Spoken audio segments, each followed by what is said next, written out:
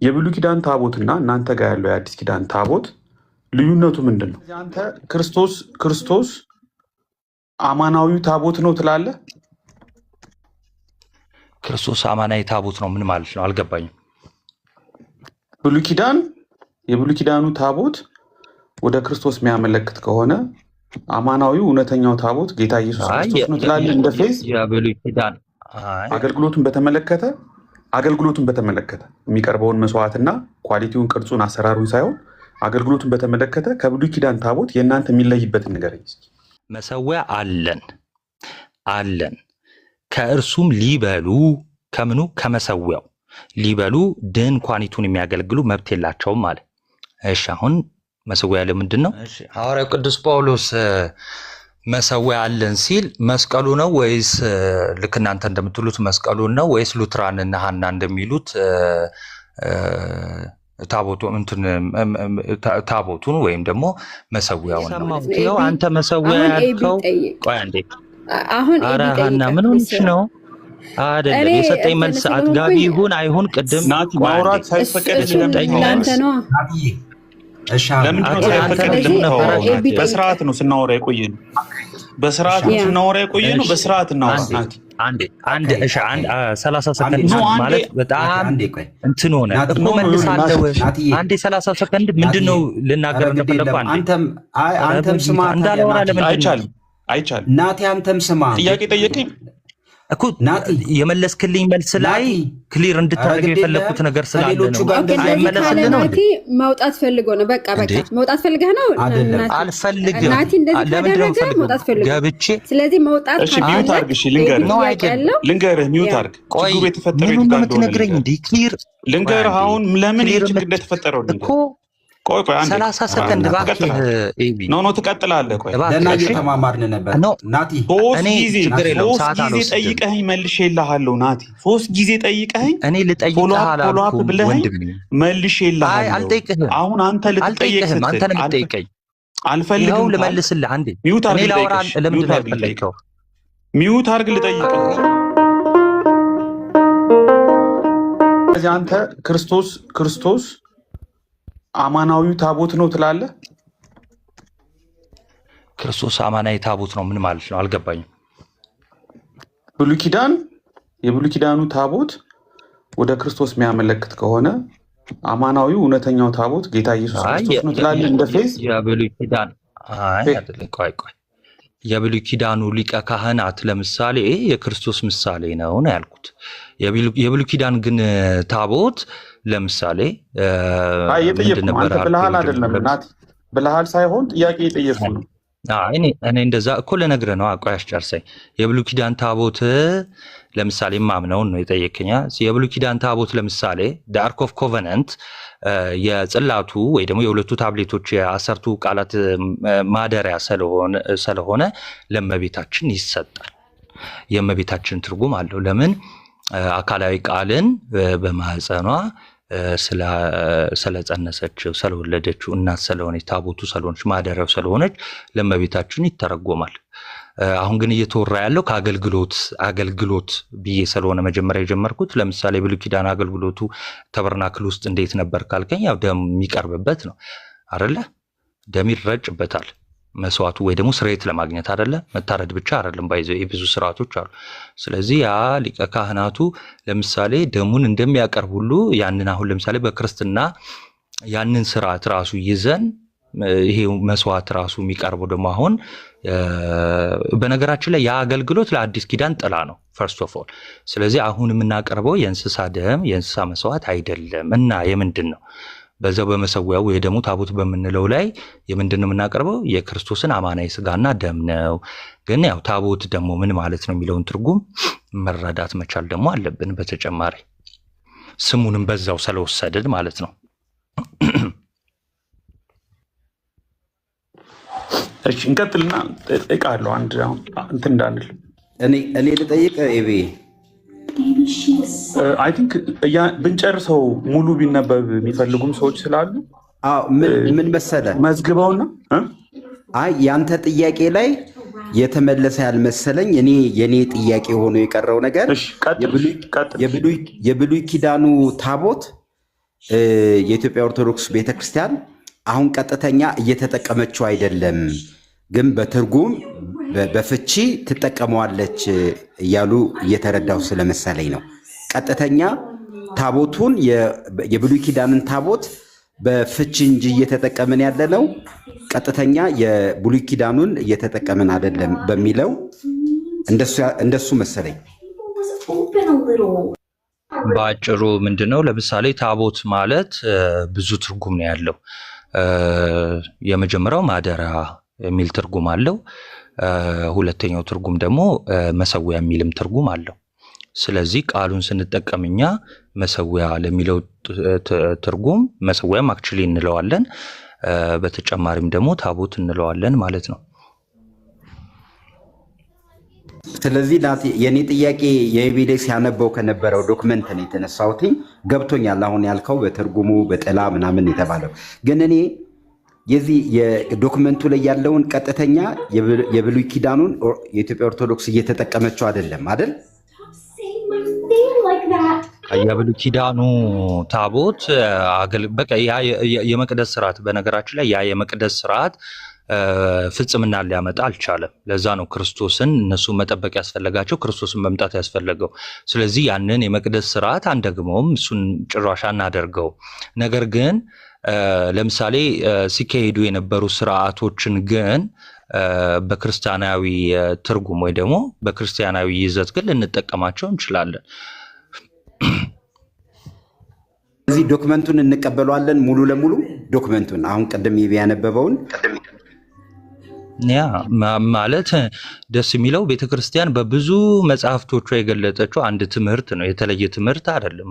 ወይም ለምንድነው ማንቀበለው? ቤተክርስቲያን እስከጻፈችው ድረስ እንቀበላለን። የቤተክርስቲያን ነው እያለች ያለችውም። በነገራችን ላይ አሁን ላይ የብሉይ ኪዳንን ታቦት እንጠቀማለን አላልችም። ያ ማለት የክርስቶስን ስጋና ደም አይደለም የምናቀርበው፣ የእንስሳ ነው ማለት ነው። ነገር ግን ስርዓቶቹን ግን እንደ በመንፈሳዊ በክርስትና መንፈስ ግን መተርጎም ይኖርብናል ማለት ነው።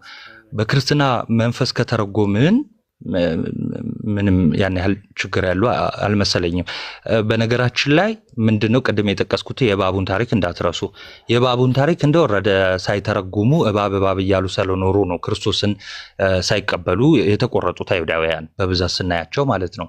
እና ወዴት መተርጎም አለብን? ወደ መምህራችን፣ ወደ የሃይማኖታችን ጀማሪ ክርስቶስ ወደ አስተማረን ክርስትና ህይወትና ትምህርት አረዳድ መለወጥ አለብን። ስለዚህ እባቡን ለክርስቶስ ምሳሌ አድርገን መውሰድ አለብን። ያኔ ልክ እባቡን እንደ ምሳሌ አድርገን የምትረዳ ከሆነ ብሉይም አዲስም ሳይጋጭብህ ትኖራለህ ማለት ነው። ስለዚህ የአተረጓጎም ዘዴያችን ወይም ደግሞ ህይወታችን፣ አገልግሎታችን፣ አምልኳችን ክርስቲያናዊ ይሁን እንጂ ምሳሌነቱ ወይም ደግሞ ታሪካዊ ይዘቱን ደግሞ መልቀቅ ያን ያህል አስፈላጊ ነው ብዬ አላምንም።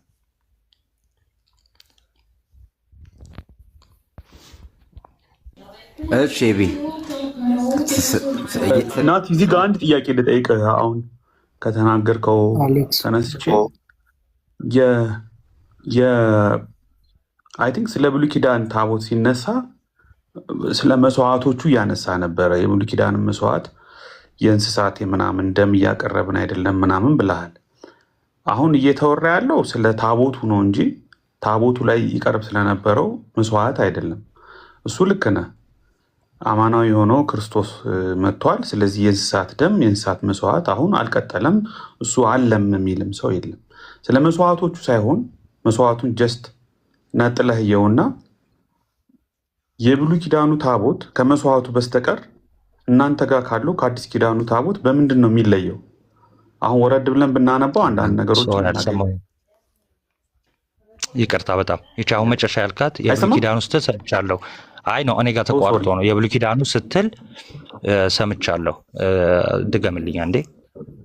እሺ፣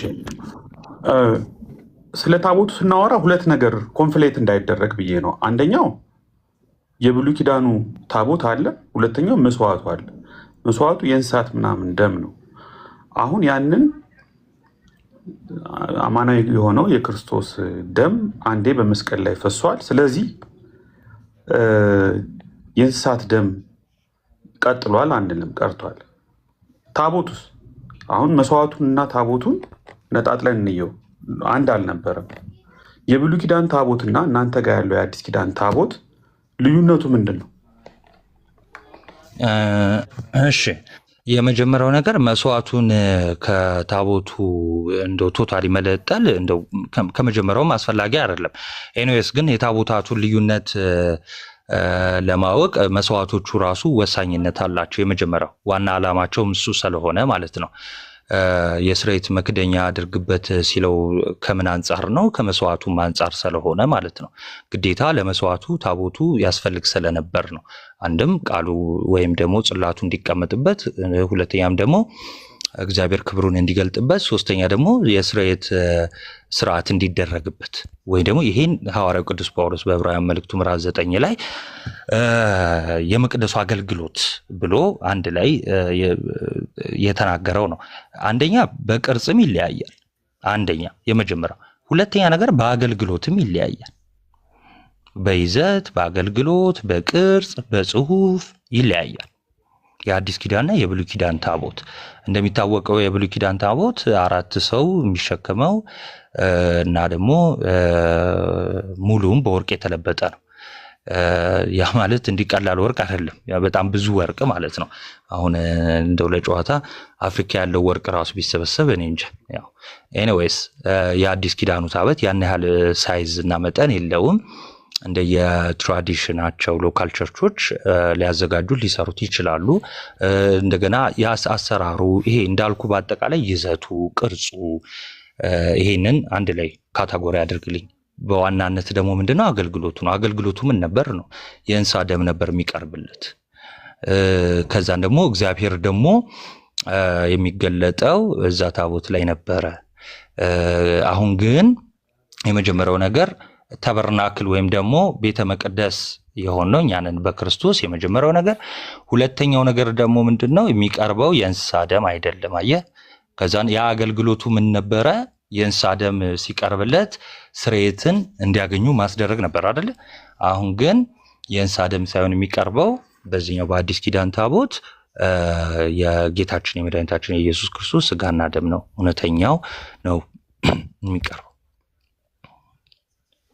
በጣም ልዩነት አለው። ባጭሩ እንዴት አድርገው ሰደ ሎካ እንትን ይዘትም እንደገና አገልግሎትም አድርገህ በሁለት ካታጎሪ በቃ ወሰደው። ይዘትም አገልግሎት።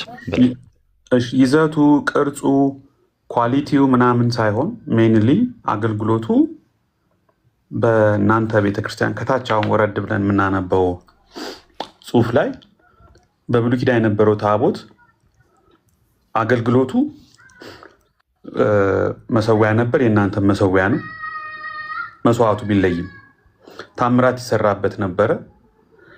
ወደ ጦር መስኮች ሁሉ ይዘውት ይዘምቱና ድል ያደርጉበት ነበረ። ረድኤተ እግዚአብሔርን ይሰጣቸው ነበረ። ኃይለመዊና ኃይለ ረድኤት ያለው ነበረ። የእናንተም ያሁኑ አለው።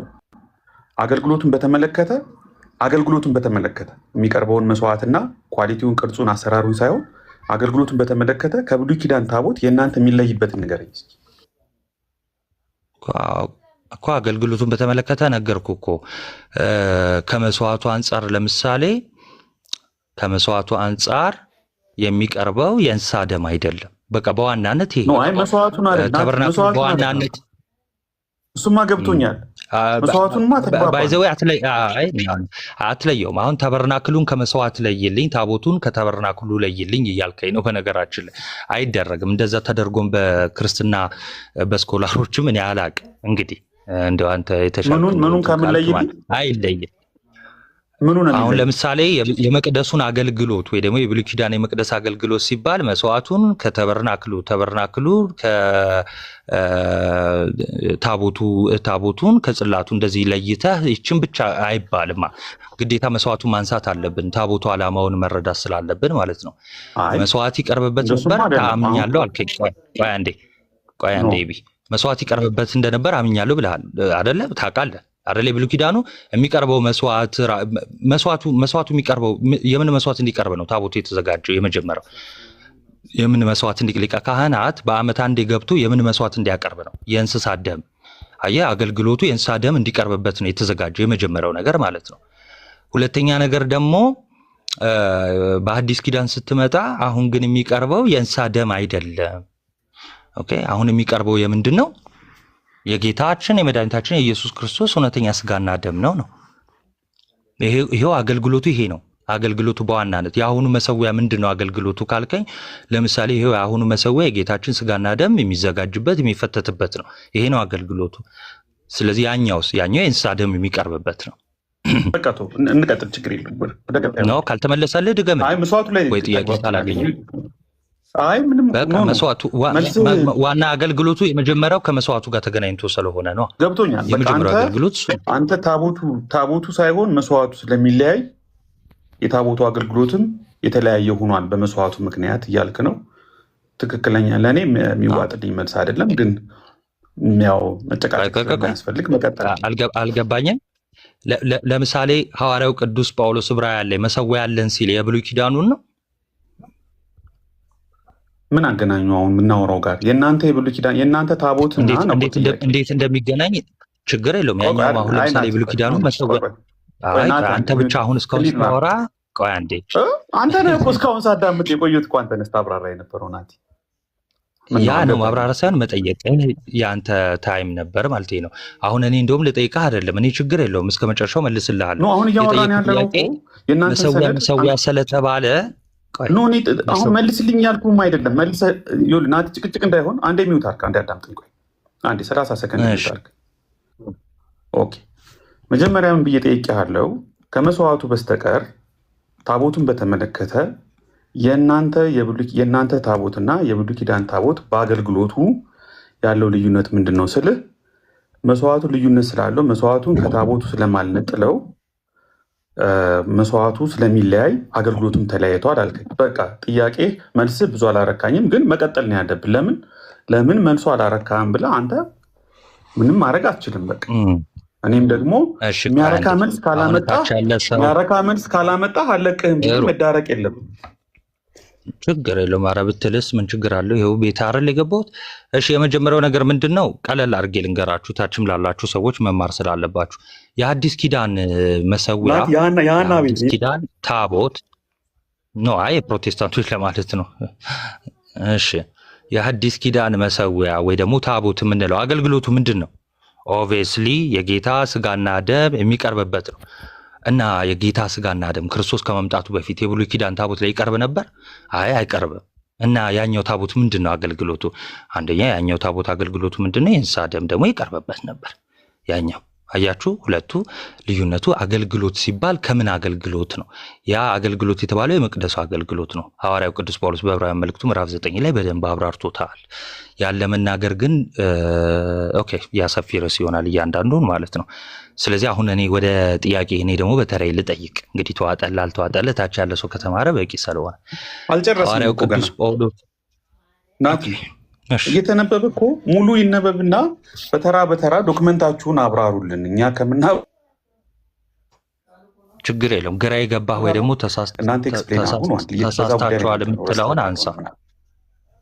አይ ኖ በቃ ግራ የገባህ ደግሞ ተሳስታችኋል የምትለውን አንሳ። በቃ እሱን ነው የምልህ። ለአንብበውና ግልጽ ያልሆነልኝን ነገር አነሳላችኋለሁ። እሺ እንቀጥል። እስራኤል ዘላለም እየተከተልከኝ ነው? ኦፍኮርስ እየተከተልኩ ነው። ያው እንግዲህ ገጽ 62 አንቀጽ 2 ላይ ነው ያለሁት። ጨርሳል። አንቀጽ 2 ነው እኮ መልስም ተሰጥቷል ብዬ እኮ ምን እንደፈለግ አልገባኝም። እኔ እኮ ሙሉ ይነበብ የተባለ መስሎኝ ነው። እሺ ጨርሻለሁ። ቴንኪው በጣም ሰላም ሁኑ። በቃ ኦኬ ናቲ ቃልት ከመውጣት በፊት ግን ጥያቄ እኔ ደግሞ ልጠይቅ። ያው ጠይቀኝ። እኔ እኮ ሙሉ ይነበብና አንተ ሙሉውን ስላላነበብከው ስለቆረጥከው ነው እንጂ ሙሉ ቢነበብ ኖሮ አላችሁ። ችግር የለውም። በቃ ሙሉ ይነበብና እናንተ አሁን ጥያቄ ልጠይቅ። ከዛ ደግሞ ጥያቄ ካለህ ደግሞ ከመምህር ዘላለም ጋር ትቀጥላለህ። ያ ይነበብ የተባለበት አውድ ሌላ ስለሆነ ነው። እሺ ልቀጥል።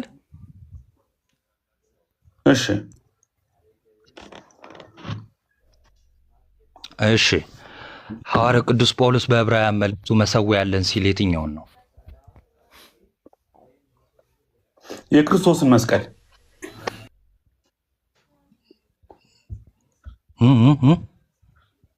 የክርስቶስን መስቀል የእናንተ ታቦት መሆኑ ልታሳየን ትችላለህ? ቆይ አይደለም መሰዊያ ያለን። እሺ ቆይ ላነበው አንዴ ጥቅሱ የብሉይ ኪዳንን ታቦት አይደለም መቼም።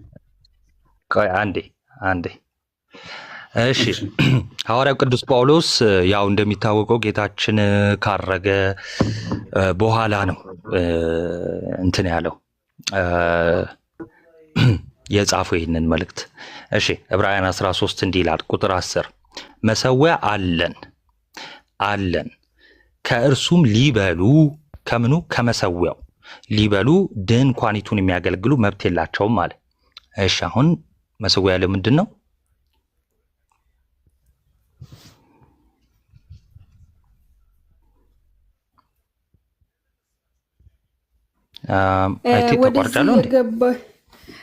ወደዚህ የገባችሁበት ለምንድን ነው? ኤቢ አልገባኝም። ስለነሱ መሰዊያ ላይ ሰሉት። አይ መጠየቅ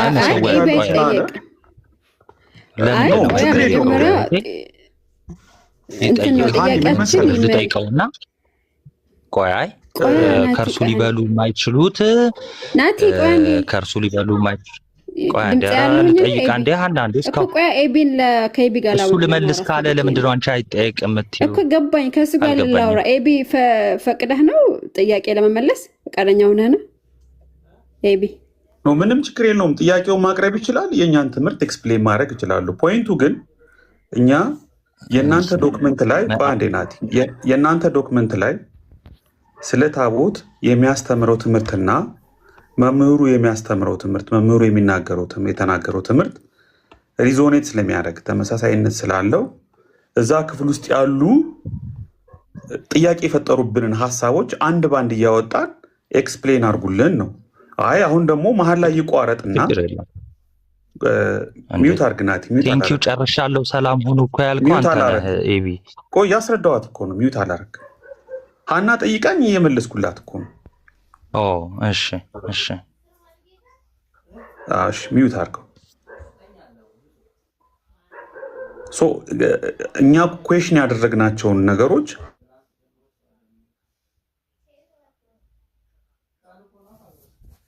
በቃ አለ ዘላለም። በቃ ከዚህ በላይ መሄድ አያስፈልግም አለ። እኔ ደግሞ ምንም ሳይፈልጉ ነው መቀጠል አለብን አንልም። እኛም ቢሆን እነሱ በሌሉበት ቀሪው ምንባብ ማንበብ እንችላለን። በመሀል ግን ናቲ ጥያቄ አለኝ አለ። ጥያቄ ካለው ጥያቄውን ያቅርብና በእኛ አስተምህሮ መሰረት እኛ የምንረዳውን ነገር ኤክስፕሌን አደርግለታለሁ። ምንም ሌላ ታምር የለም። እሺ ኤቢ፣ እሺ እንደዛ ከሆነ እሺ ያው ጥቅሱን አንብቤልሃለሁ እና ከእርሱ ሊበሉ ድንኳኒቱን የማያገለግሉ ወይ ደግሞ የሌዋውያን ካህናት ስልጣን የሌላቸው ያ መሰዊያ ምንድን ነው? እሺ ጨርሳል ጥያቄህን? ያ ፎሎ አፕ ስለሆነ በዛው እቀጥላለሁ። መጀመሪያ ምንድን እንደሆነ መልስልኝና ማለት ነው። ክፍሉን አንብቦሽ። እሺ አይ ኦኬ። ጥያቄ ግን ገብተዋል። ጥያቄ መሰዊያ አለን ያለው ምንድን ነው ነው? ያ መሰዊያ ምንድን ነው ነው? ኦኬ እንዳትረሳ። ከስን ጀምሮ ላንብልህ። አንተ የምትፈልገውን ጥቅሱ የአንተ ጥያቄ አለበት። እኔማ የምፈልገውን አነበብኩልህ። ከፈለክ አንተ የምትፈልገውን አንብል። እሺ ዕብራውያን ምዕራፍ 10 ሚዩት አድርግ መልስ። ሚዩት አድርግ አንዴ። እሺ እኛ በፕሮቴስታንት ቴዎሎጂ ይህንን ዕብራውያን ምዕራፍ 13 ላይ ያለውን መሰዊያ የምንተረጉምበት አግባብ አለ። ከሉትራን ውጭ ያሉት ኢቫንጀሊካል ትራዲሽን ውስጥ ይሄ መሰዊያ መስቀሉ ነው ብለን እንረዳለን።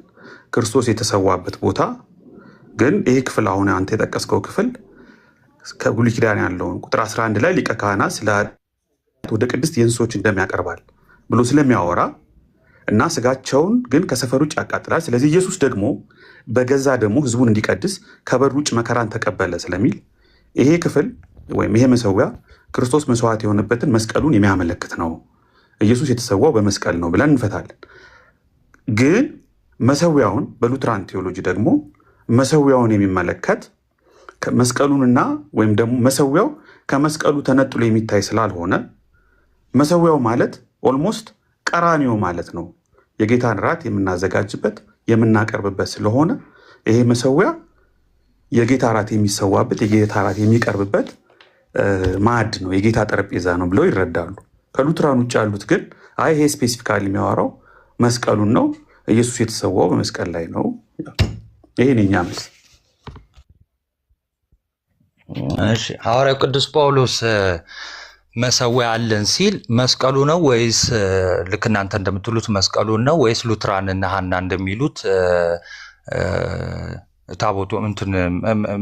ታቦቱን ወይም ደግሞ መሰዊያውን ነው?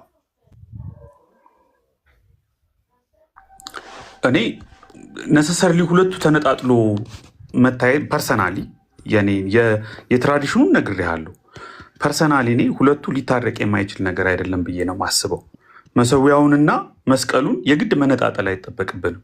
እኔ ይሄኛው መሰዊያ እንደ ብሉይ ኪዳን ታቦት ተአምር የሚያደርግ ነው፣ በጦርነት ይዘነው ምንዘምት ነው፣ እየወጣ ከሆነ ቤተክርስቲያን ወጥቶ የሆነ ቦታ የሚሄድ ነው፣ መንገድ ላይ የሆነ የተሸከሙትን ሰዎች የሚያቆም ነው ምናምን አንልም እንጂ የጌታ ራት ክቡር የሆነው የጌታ ራት የሚሰጥበት የሚዘጋጅበት ማዕድ ጠረጴዛ ስለሆነና ያ ደግሞ በቀጥታ ኢምፕላይ የሚያደርገው ሪፕሬዘንት የሚያደርገው ቀራኒዮን መስቀሉን ስለሆነ ሁለቱን ነጣጥለን ማየት አይጠበቅብንም ነሰሰርሊ። እኔ ለዛ ነው ማልቃወመው። የሉትራንን የመሰዊያ አገልግሎት አልቃወመው፣ ትክክል ነው ብያለሁ ከአሁን በፊት። ከቀራኒዮ ተነጥሎ መታየት አይጠበቅበትም። የጌታ ራት ወደ ቀራኒዮ መሄድ ነው፣ ቀራኒዮንም ወደ መሰዊያው ወደ ጌታ ራት ማምጣት ነው። ሁለቱን ነጣጥሎ ማየት አይጠበቅብንም ብዬ ነው የማምነው። የእኛ ትምህርት ይሄ ነው ናቲ።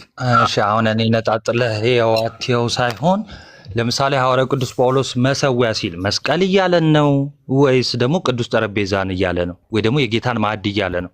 ሐዋርያው ቅዱስ ጳውሎስ መሰዊያ ሲል አለን ያለው ባይዘወይ ኦኬ። እኛ ክርስቲያኖች አሁን መሰዊያ አለን ያለው እና መስቀል እያለ ነው ወይስ የጌታ ማዕድ እያለ ነው ወይ ደግሞ ታቦት የምንለው እኛ ማለት ነው አሁን እንጂ ይሄን ነው እንጂ ያው ይሄ አሁን ይወጣል ታቦቱ እሱ አልጠየቅኩም። አሁን የጠየቅኩ ይሄን ብቻ ነው። ሐዋርያው ቅዱስ ጳውሎስ የትኛው ነው ያለው ከሁለቱ? ሐና የሚሉት ነው ወይስ እናንተ የሚሉት? እሺ አሁን ይሄን አሁንም ደግሜ ነው የምመልስልህ በኢቫንጀሊካል ቴዎሎጂ በኢቫንጀሊካል ትራዲሽን በብሮደር ኢቫንጀሊካል ትራዲሽን ፔንቴኮስታሉን ጨምሮ ብሮደር ኢቫንጀሊካል ትራዲሽን ውስጥ ይሄ መሰዊያ የሚያመለክተው ክርስቶስ ከበር ውጭ መከራን የተቀበለበትን ነቀፋውን የተሸከመበትን ወደ ሰፈር ውጭ እንውጣ የተባለበትን የቀራኒዮን መስቀል የሚያመለክት ነው ብለው ነው የሚያምኑት። ግን ሉትራን ደግሞ አይ ቀራኒዮን አያመለክትም የሚል የሉትራን ቴዎሎጂ የለም። ነገር ግን መሰዊያው ቀራኒዮን ስለሚያመለክትና ቀራኒዮን ሪፕሬዘንት ስለሚያደርግ የጌታ እራት ደግሞ ቅዱስ ቁርባን የሚቀርብበት የሚዘጋጅበት ስለሆነ መሰዊያውንም የሚያመለክት ነው፣ ሁለቱንም ያመለክታል ብለው ያምናሉ። እኔ የሉትራን ስህተት ነው አልልም። የኢቫንጀሊካልም መስቀሉን ያመለክታል የሚለው ተሳስተዋል፣ አይ መሰዊያውን ብቻ ነው ማመልከት ያለበት ማለት ነበረባቸው ብዬ ኢቫንጀሊካል ትራዲሽንን አልቃወምም አልኩ። ደግመህ ብትጠይቀኝ መመልስልህ ይህንን ነው። ስለዚህ ሁለቱንም አልቃወምም ነው እንጂ ሐዋርያው ቅዱስ ጳውሎስ የቱን እንዳለ እርግጠኛ አይደለህም ማለት ነው። ሁለተኛው ጥያቄ እዚሁ ላይ አሁን የመለስከው ላይ ትጠይቀኛለህ። ልጨርስና ትጠይቀኛለህ። እሺ ልጨርስና ትጠይቀኛለህ እኮ ልጨርስና ትጠይቀኛለህ። ወንድሜ አይ አልቋጨ ነው ምዕራፍ 10 አይደለ 12 11 አንዴ እባክህ እንደው ሰላም የነበረው እንዳይበጠበጥ። እሺ አልፈልግም አሁን አቁሜያለሁ። እሺ አንዴ ልመልስ። ኦኬ ታንክ ዩ በጣም ኦኬ በቃ እሺ እኔ ሐሳቤን ልጠቅልልና ኖ አይመጠቀለው ሐሳቤ ጨረስን እኮ ይቅርታ ናቲ ምን መሰለህ አሁን ተጠይቀዋል ወሬ እያወራሁ አቋርጠህ አይከብድ እኮ ትጠይቃለህ። አንዴ እያወራሁ የነበርኩትን ልጨርስን እኮ ችግር የለውም። ያ ምን አንጠየቅ ማለት አብኝ ያ ቆይ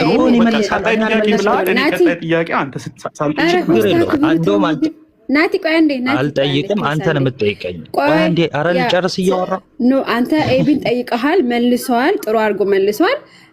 ኤቢ ጥያቄ ያለው ጥያቄው ሳይጠፋበት አንዳንድ ጊዜ ጥያቄው ስለሚረሳ ይጠይቀህ። ከዛ በኋላ ደግሞ አንተ ጻፈው ጥያቄህን ትጠይቀዋለህ። አንድ ጥያቄ ስለጠየቅ ማለት ነው። አንተ መሰወያ ያልከው ቆይ አንዴ አሁን ኤቢ ሀና ምን ሆነሽ ነው? አይደለም የሰጠኝ መልስ አጥጋቢ ይሁን አይሁን ቅድም ናቲ ማውራት ሳይፈቀድ ለአንተ ነው።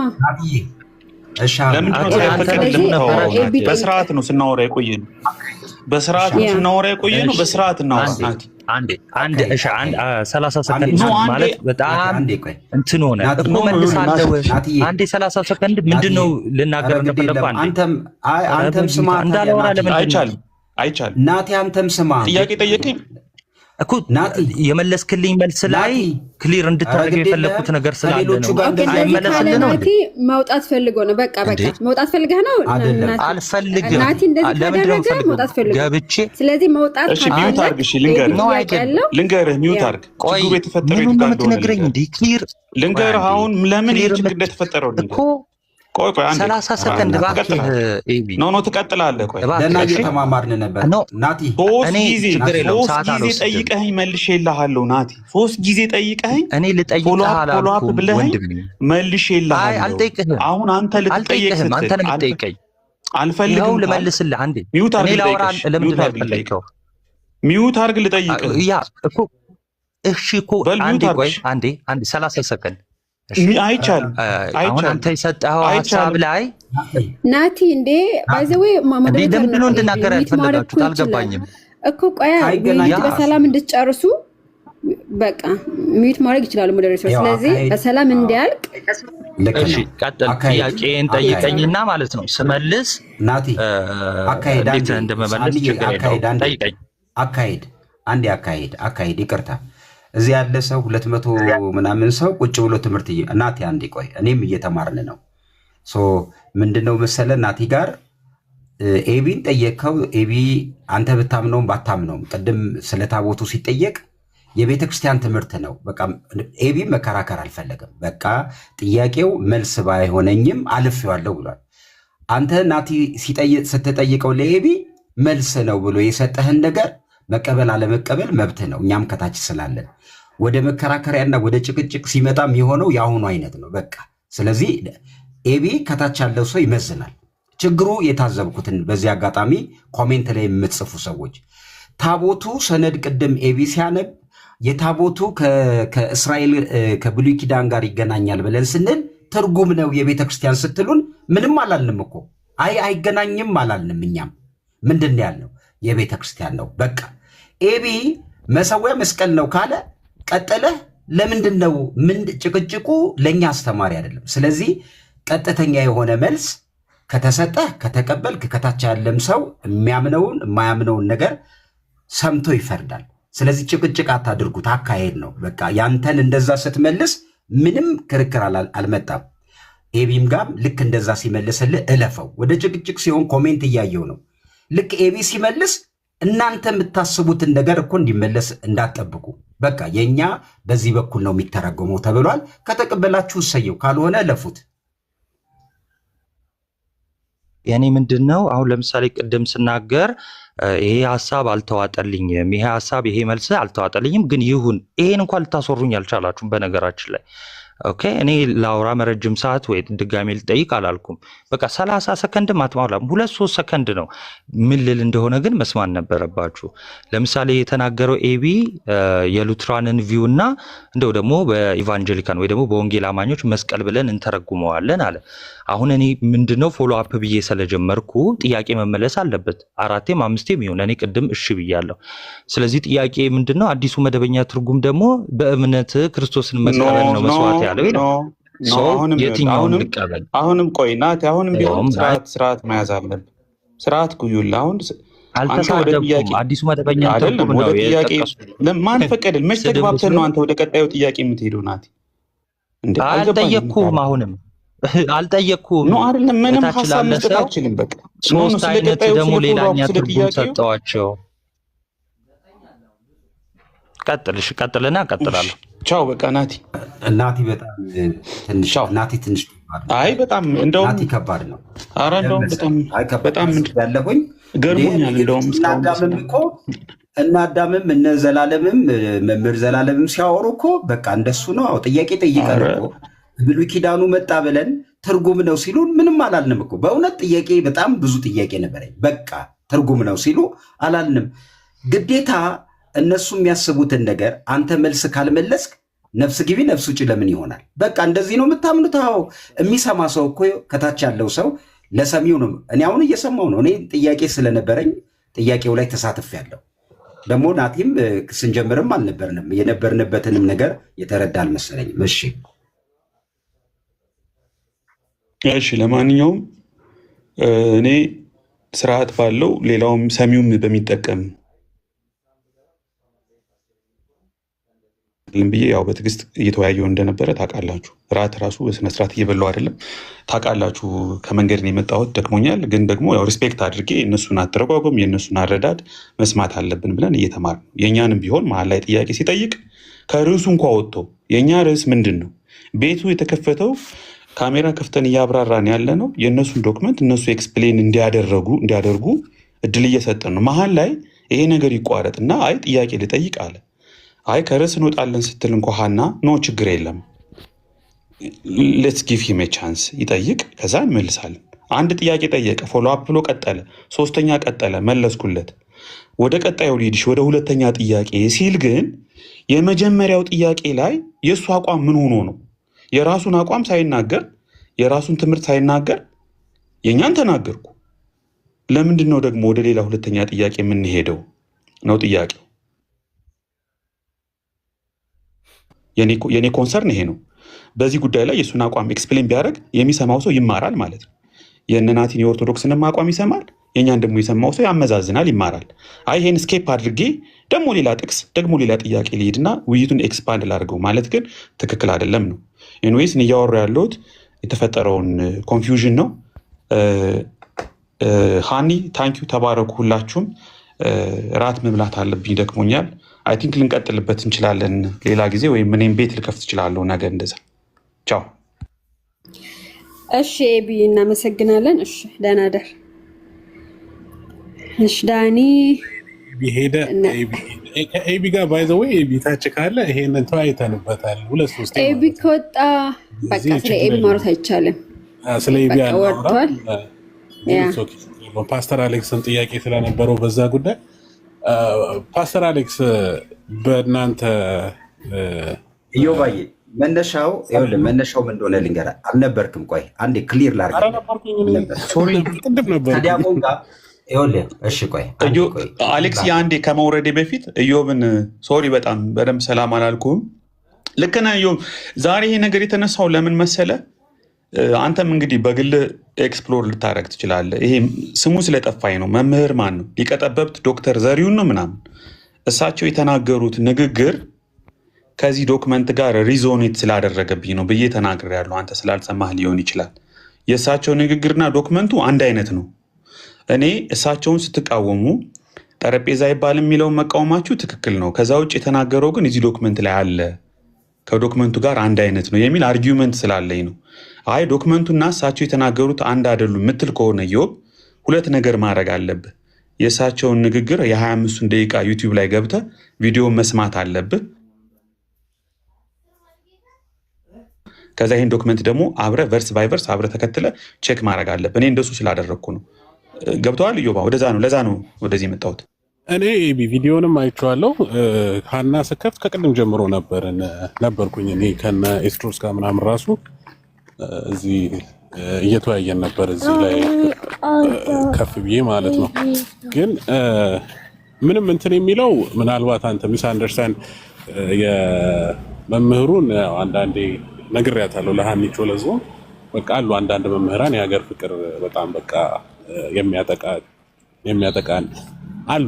እኛ ጋር በደንብ እንትን አለ እና በቃ ያው ሶላ ባንልም ሶላ ኢትዮጵያ የምንል ማለት ነው። ከዛ ውጪ ግን ምንም ኮንቲኒየስ ያለው ነገር አለ ማለት ከባድ አይደለም። እሺ ሶላ ቅድም እንደዛ ብሎኝ አሳምኖኝ የወጣው ቪዲዮውን ስታየውና በቃ የሀገር ፍቅር ነው ሲለኝ ነው ኦኬ አይ ልውረድ በቃ ሌላ ጊዜ እናወራለን። ቤት ስከፍት ሼር አደርጋለሁ። ታንኪ በጣም አይ በቃ ኤቢራት ይብላበት። ያ ችግር የለውም። ያ ኤቢራት ይብላበት። ይሄው አለ እኮ እነ ዳኒ አለ ከፈለክ። አይ ራሱ እኮ ነው ተመልሰ ይገባልና። አዎ ለኢዮብ መልስ መስጠት ፈልጎ ነው ኢዮብ እንትን ኤቢሲ መልስ ለዛ ነው የገባው እንጂ ራት ይብላ። ግን ዳኒ አለ ፓስተር ማለት ጠይቁ። ወደ ሌላ እስከሚሄድ ግን ፌር ያልሆነውን ነገር ልናገር። ፌር ያልሆነውን ነገር እሺ ምን ነበር? ባይ ዘ ዌይ ናቲ ከቅድም ጀምሮ ነበረ። ቅድም ካላወቃችሁ ናቲ ቅድም ነበር። እሺ ዳክመንት የተከፈተበት ዋነኛ ምክንያት የኢትዮጵያ ኦርቶዶክስ ተዋሕዶ ቤተክርስቲያን የብሉይ ኪዳኑን ታቦት እጠቀማለሁ ትላለች የሚል ክስ ተነስቶ ነበር እና ወዲያውኑ ሺፍት ተደርጎ አይ የብሉይ ኪዳን እኮ ታቦት እሱ አዳምሻ ከኤቢ ጋር ነው የሚጨርሱት። ኤቢ ስለሆነ ያወጣው እሱ ነገ ቤት ከፍታለሁ ስላለ መጀመሪያ ሲጀመር እሱ ነበር የተባለው እና ከዛ በኋላ ግን ሺፍት ተደረገ እና በቃ ከሱ ጋር ነው መቀጠል የምትችል። እኔ ጥያቄ ቪዲዮ ላይ ነበረ። ቪዲዮ ላይ ኢዮብ ቅድም እንደተባለው አፌን አዘግቶኛል። እንግዲህ የሀገር ፍቅር ነው ከተባልኩኝ በቃ የሀገር ፍቅር ነው። ስለዚህ ኢትዮጵያ ለዘላለም ትኖር ብዬ እዘጋለሁ ማለት ነው። ዳኒ ሰላም ፓስተርሽ አሰባለ። እሺ ዳኒ ሰላም። ኢዮብ አዳም አሌክስ ሰላም ብያለሁ። እሺ ሰላም ይብዛ። እሺ ፓስተር ቀጥል። እሺ ትቀጥላለህ። ያው ከፈለጋችሁ አውሩ ብዬ ነው፣ ግን መጀመሪያ ሀሳባቸውን ይስጡን። ፓስተር እሺ ቀጥል፣ ከዛ ዳኒ ይቀጥላል። እሺ እንትን አዳም ቅድም ሽፍት ያደረገበትን ምክንያት ያው ኤቢ የሚያወራው ነገር ቢሆንም ዶክመንቱ ላይ ግን የእንትን ከብሉይ ኪዳኑ ጋር ተያይዞ የመጣ ከኢትዮጵያ ኦርቶዶክስ ጋር የሚገናኝ ነገር ያለው መሰለኝ ሲያነብ። ስለዚህ ለዛ ነው እኔ ጥያቄ የሆነብኝ። ኤቢ እያነበበ ጥያቄ የተፈጠረብኝን ነገር ነበረ። እኔ ግን ምንድን ነበር መልሱ? አድዬ በትርጉም ስለተባለ ትርጉሙን ሰምቼው ነው ያለፍኩት እንጂ እንትን ዶክመንቱና የተመለሰበት መልስ ተመሳሳይ ስላልሆነ ነው። ለዛ ነው እኔ ያየ ናቲን ጥያቄው ላይ ትርጉም ነው ተብሎ መምህር ዘላለምም ሲያወሩ ተቀብዬ ዝም ብዬ ስላለፍኩ ነው። ገባ አዴ አንዴ ልናገር አዳምሻ ልወጣ ስለሆነ በጣም እኔ እንትኑ አይደለም ክርክሩ ላይ ምናምን አለ። እኔ አካሄዱ ላይ ነው። መጀመሪያ የተነሳው ነጥብ ለምሳሌ ዶክመንቱን የተከፈተበት ምክንያት የኢትዮጵያ ኦርቶዶክስ ተዋሕዶ ቤተክርስቲያን የብሉይ ኪዳን እጠቀማለሁ ትላለች የሚለውን ፕሩፍ ለማድረግ ነበረ። ከዛው ደግሞ እሱን ፕሩፍ አለማድረግን ተናግረ መሄድ ነበረብህ። ማለት ትክክል ለማለት መጀመሪያ የተናገርከው እቀበለዋለሁ ትላለች የሚል ክስ ነበረ የተነሳው እና ዶክመንቱ እንዴ አዳም አሁንም ስለ ኤቢ ተረተው አዳም ኤቢ ከወረደ ሌላ አሌክስ ኤቢ ነው ያነሳው። ከፓስተር ጋር ነው የምታወሩት? እሺ ግን ከኔ ጋር ነው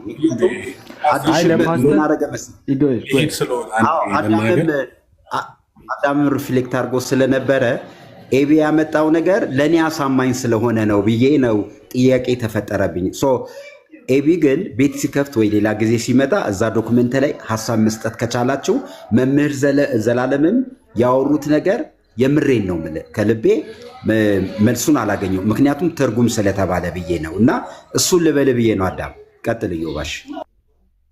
ይህን ትልል ስለሆነ ከዚህ በፊት አውርተናል። ማለት ምን መሰለ ፓስተር እንትን ብትለው ኢቨን ቅዱሳት መጽሐፍትም ላይ ካየኸው የመጀመሪያው ቤተ መቅደስ ዲስትሮይድ ከሆነ በኋላ ሰለሞን እንትን ያለው ዲስትሮይድ ከሆነ በኋላ ዲያስፖራ እስራኤላውያን የተሰደዱ እስራኤላውያን አሉ በየቦታው።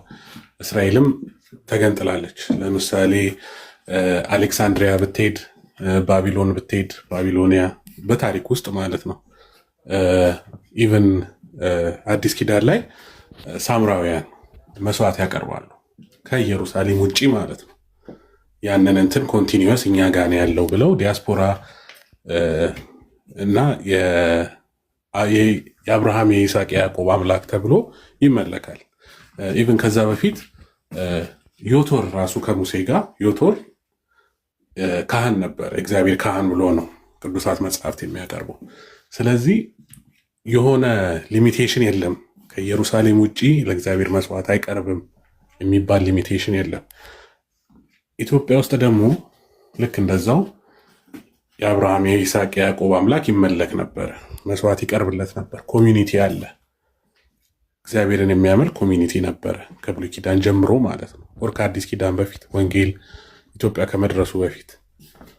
ስለዚህ ያንን እንትን ወንጌል ሲመጣ የክርስቶስ ወንጌል ሲመጣ በቃ ፉልፊልመንት ተፈጸመ የሚለው እኛ ጋርና እናንተ ጋር ያው አንድ አይነት ትርጉም ስለማንሰጠው የብሉይ ኪዳን በአዲስ ኪዳን ሲፈጸም ከዛ ስርዓት ወደ አዲስ ኪዳን ስርዓት እንትን እንላለን ማለት ነው።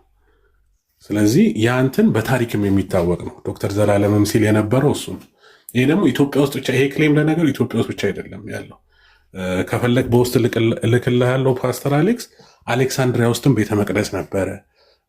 በዛ ጊዜ ከባቢሎን እንትን ስትል ካህናት ነበሩ ሊቫይትስ ይዘው ያንን እንትን የተሰወሩና ምናልባት ትንሽ ለእናንተ ይቅርታ እንትን ያለው ያ ነገር ይመስለኛል የከበዳችሁ ኢየሩሳሌም ጋር ብቻ መስዋዕት ይደረጋል ከኢየሩሳሌም ውጭ ሌላ እንትን የለም ምናምን የሚለውን ሀሳብ ስለያዛችሁ ኢትዮጵያም እንዴት አደግ ነበር ሲባል እሱ ይመስለኛል የከበደው። ግን ወንጌል ሲሰራጭም መጀመሪያ ሁሌ ሐዋርያት የሚሄዱት አይሁዱ ኮሚኒቲ ጋር ነበረ፣ ሲናጎግ ነበር፣ ምኩራብ ሄደው ነበር መጀመሪያ የሚሰብኩት።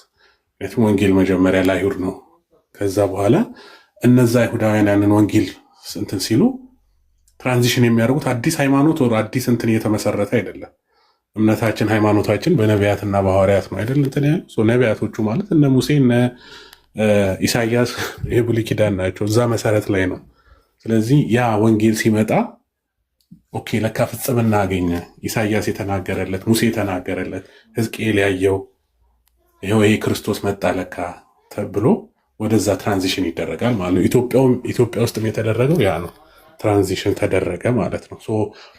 ቅድም ያልኩትም መምህር ቪዲዮን ስታዩ የነበረው ለዛ ነው። አንዳንዴ ያ ነገር በእኛ ወንድሞች መሀል የኢትዮጵያዊነት በቃ ከድሮ ጀምሮ እኮ እግዚአብሔር እናመልክ ነበር እኛ እንደ ግሪክ እንደ ግብፅ አይደለንም፣ ከጣዖት አምልኮ አይደለንም፣ ወደ ወንጌል የመጣ ነው፣ ከብሉይ ነው ወደ ወንጌል የገባ ነው የሚል አንዳንዴ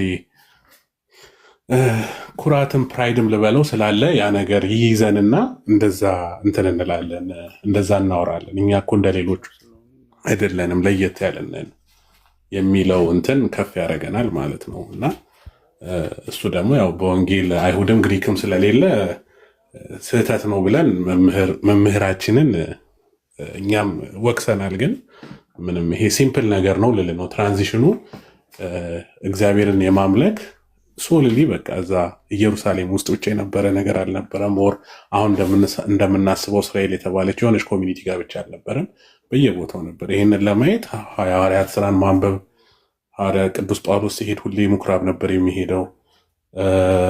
መስዋዕት እንትን የሚልበት ታሪክ ማገላበጥ ይቻላል። አሌክሳንድሪያ በጣም ትልቅ ቤተ መቅደስ ነበረ መስዋዕት የሚደረግበት። ስለዚህ ወንጌል አሌክሳንድሪያ ሲደርስ ከብሉይ ኪዳን ወደ አዲስ ኪዳን ነው በቃ ፍሰቱን ይዘው የሚቀጥሉት እንጂ ክርስትና አዲስ ሃይማኖት አይደለም። ፍጽምናና ፍሰቱን የሚያገኝ በክርስቶስ ኦቨር ፉልፊል የሚያደርግ ነገር ነው።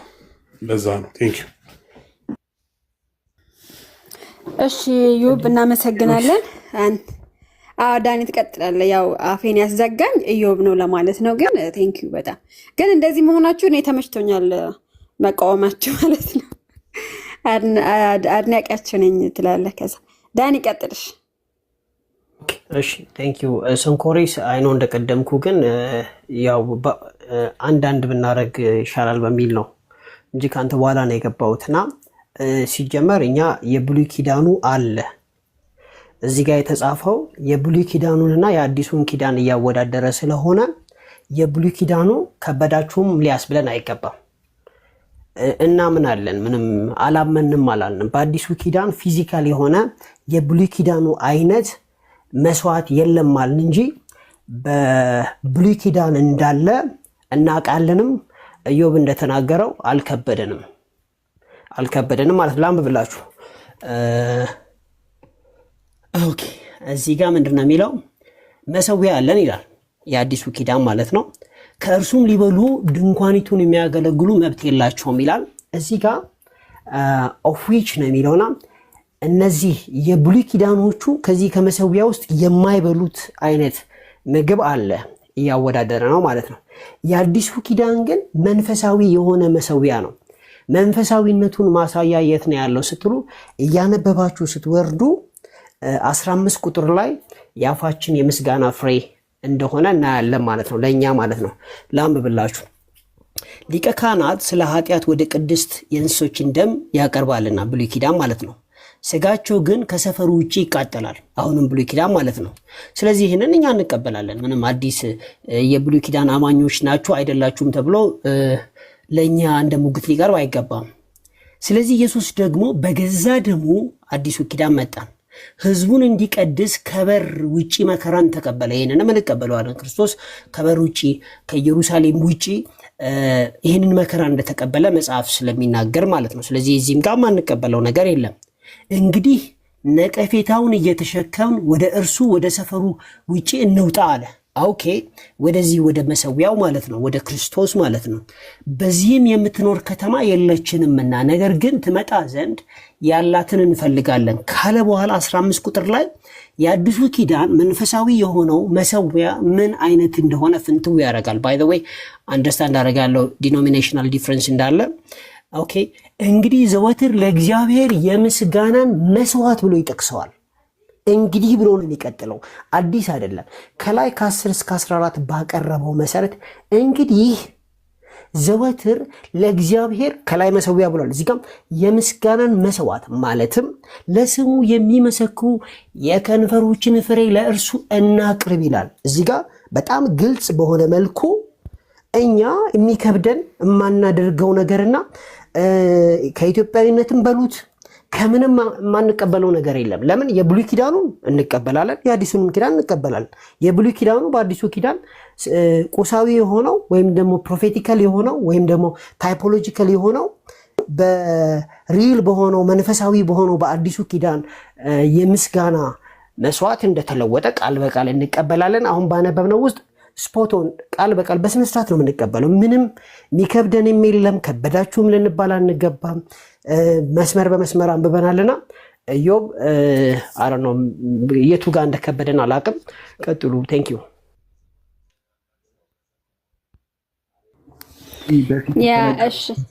ነው አይ ዳኒ ከየት እንደተነሳ አላወቀም መሰለኝ። ዳኒ ቪዲዮ ሰምተዋል? የመምህር ዘሪሁን መሰለኝ አይ ቲንክ አይ ነው ቪዲዮን ሰምቻለሁ። ለየሆነ ነው መልስ የሰጠሁት እንጂ ቪዲዮን በደንብ መስቀል ላይ የተባለው ስህተት ነው ወይ ዳንዬ? መስቀል የተባለው መሰዊያው የተባለው መስቀል ላይ የተባለው ክርስቶስ ወደ ተሰዋበት ወደዛ እንቅረብ እያለ ስለሆነ እሱ ስህተት አለ። መስቀል ነው መሰዊያ የሚለው መስቀል የሚለው መሰዊያ የተባለው እዛ ቦታ ላይ መስቀል ነው ወይ ደግሞ አይ ልክ ሉትራኖች እንደሚሉት ደግሞ ጠረጴዛቸውን ነው እየተባለው እሱን ተቀበለዋለህ ወይስ ስህተት ነው? ስለ ሉትራን ሲናገሩ እኔ ባነበብኩት መልኩ አብራርቻለሁ። ምናልባት ማንበብ ይኖርብኛል የበለጠ ስለ ሉትራን ትርጓሜ ተሰጥቶ ነበርና ሁለቱን ትርጓሜዎች አንተ ደግሞ ሶስተኛ ትርጓሜ አመጣ እና ሶስተኛ ትርጓሜ ስለሆነ ቴክኒካሊ እኔ ያደረኩት በመስመር እያነበብኩኝ እንዳውም መስመሩን ራሱ በፍሬዝ የከፋፈልኩ ነው። ባይ ዘ ወይ ፊት ለፊቴ ወርድ ባይ ወርድ ግሪክ ኮሜንተሪ ጭምርም አለና ካውንተር ቼክ እያደረግኩ ነው ያለሁትና the most plausible የሆነ ኤክስፕላኔሽን ነው የሰጠሁት አትሊስት በእጄ ባለው ስኮላርሊ ማቴሪያል ማለት ጭምር ማለት ነው።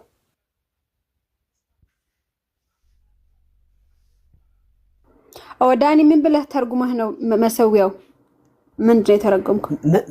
ማለት ጌታ ነው ከውጭ የተሰዋው፣ እኛ ደግሞ ወደዛ መሰዊያ እንቅረብ፣ መስዋዕታችንም የከንፈራችን ፍሬ ነው የሚል ነው ያቀረብኩት። እንግዲህ ጌታ ራሱ ፐርሰኑ ነው ወይስ መስቀል ነው? ቅድም አይቤ እንደተረጎመው መስቀሉ ያው ነው። ጌታ ተሰዋ፣ መስቀሉ ላይ ጌታ ተሰዋ፣ መስቀሉ ላይ ጌታ ተሰዋ። ስለዚህ ወደሱ እንቅረብ። ስንቀርብ ግን እንዴት ነው የምንቀርበው የሚለውን ነው።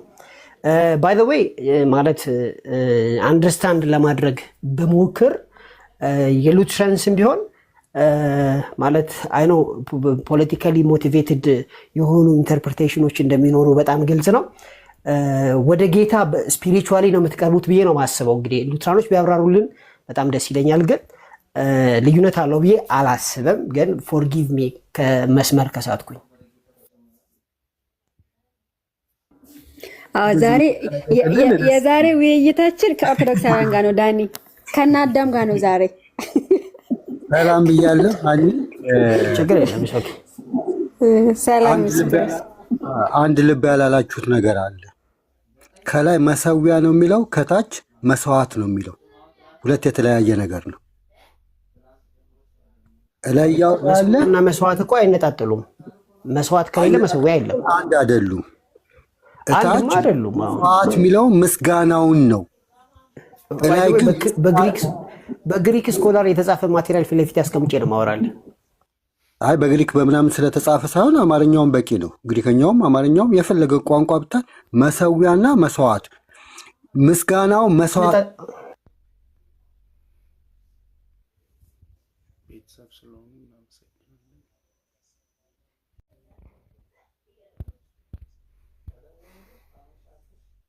እኔ ጋር ነው የተቋረጠው ወይስ ስፒሮስ ጋር ነው?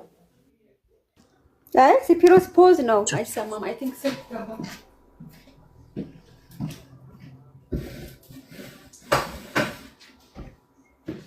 እኔ ራሴ እየተናገርኩ ሄድኩኝ እኮ። ያ ስፒሮስ ስልክ ገብቶበት ነው። አይ ቲንክ እንደዛ መሰለኝ። እሺ ራሱን የወጣው እሺ። አይ ችግር የለውም። እኔ እንኳን በቃ ሀሳቡ የነበረው ኦልሞስት ወደ ማጠቃለያ መተናን፣ ግን የምትሉት ካለ በሉ ከዳኒ ጋር ምናምን አወሩ። ሀሳቤን ልጠቅልል። የበፊቱ ወረቀት ላይ ችግር የለም። አዱን ልጠይቅና ልውጣ። አዱ ፓስተር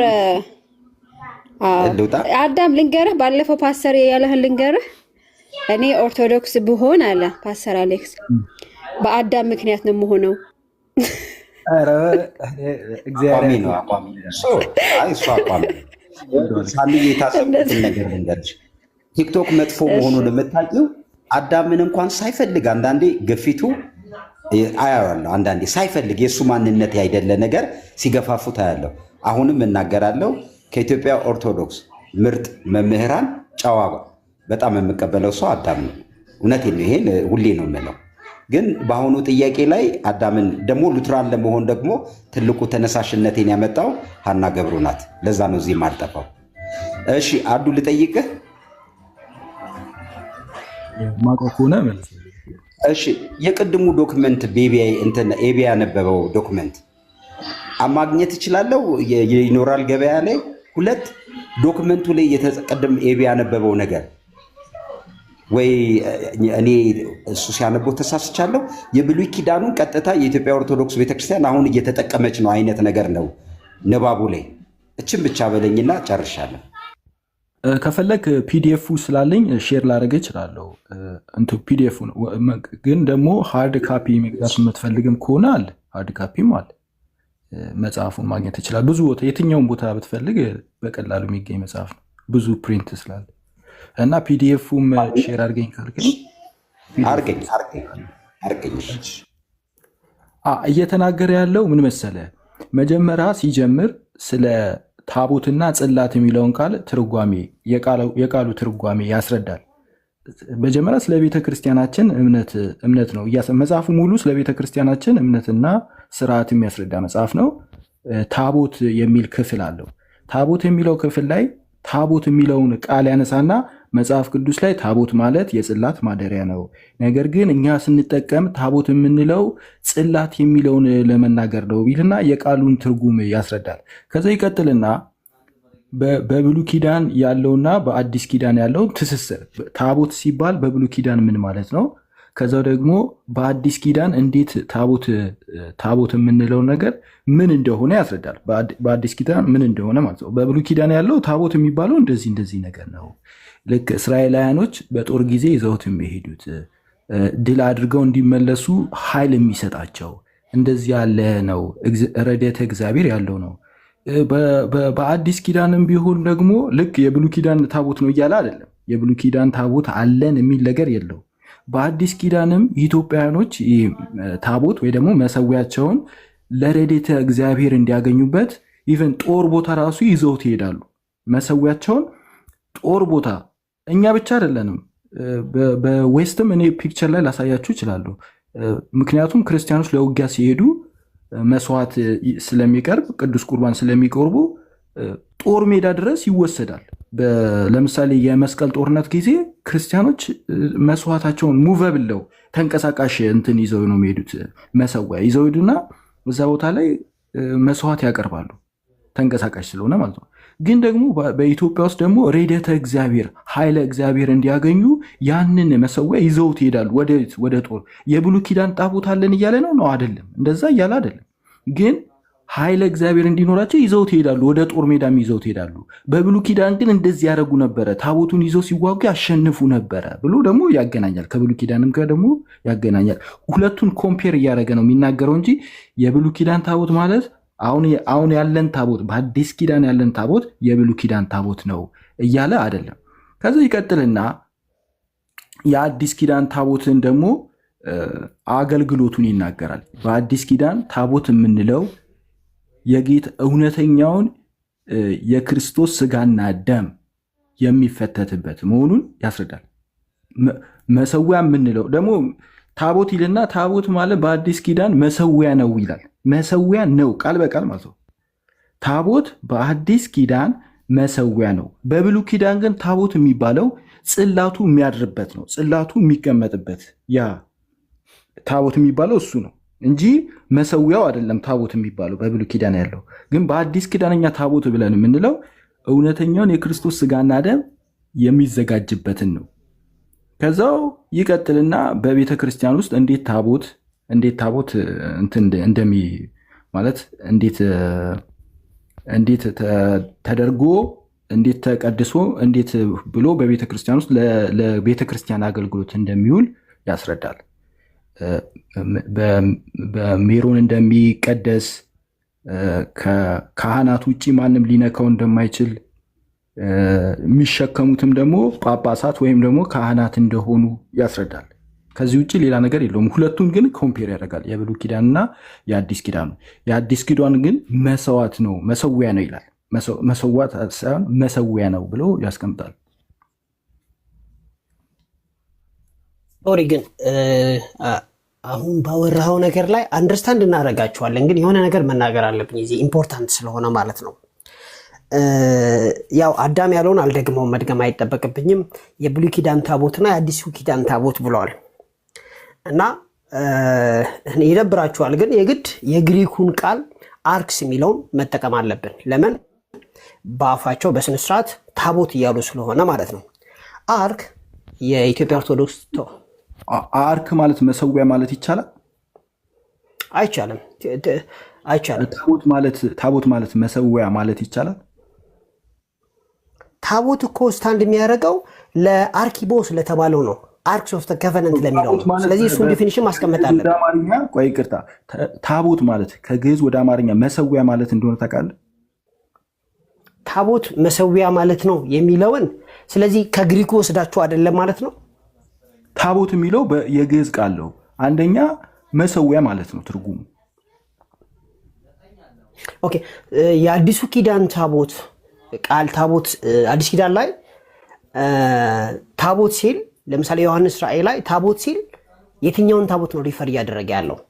የብሉይ ኪዳኑን ታቦት ነው ሪፈር እያደረገ ያለው ወይንስ እናንተ ጠረጴዛ የምትሉት? ጠረጴዛ ስል ያው ስለምትሉት ነው፣ ወይም ሎርድስ ቴብል የምትሉትን ነው በዮሐንስ ራእይ የታየው።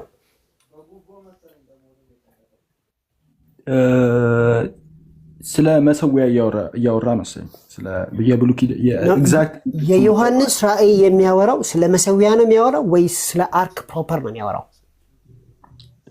አውጣውና እንትኑን ግሪኩን እኔ ቼክ አላረኩትም፣ ይቅርታ። እኔ ኦልሬዲ ቼክ አድርጌዋለሁ። ለዚህ እኮ ነው የምነግርህ። ኪቦቶስ ይባላል የዮሐንስ ራእይ ላይ ያለው ታቦት የተባለው። ኢትስ ኖት መሰዊያ ብራዘር። እና የእሱ የቃሉን ትርጉም ማወቅ አለበት። የጠቀስከው እኮ አንተን ከይቅርታ ጋር እኛ ስንጠቅስ የነበረው አንደኛ ዕብራውያን መልእክት ነበረ። ዕብራውያን መልእክት ምዕራፍ 13 ቁጥር 10 ላይ ያለው ነው እንጂ አሁን አንተ ለጠቀስ ብዙ ጊዜ ዳኒ ምን ታደርጋለህ መሰለህ? ራስህ ትጠቅስና ራስህ ምላሽ ስትሰጥና ራስህ ሪፊዩት እንዳደረግከን ደግሞ ትናገራለህ። ላልተጠቀሰ ጥቅስ ምላሽ ትሰጥና ማለት ነው። ይሄ ትክክል። አንተን የጠቀስከው አንተ ጠቀስከው፣ አንተው ሪፊዩት አደረገው።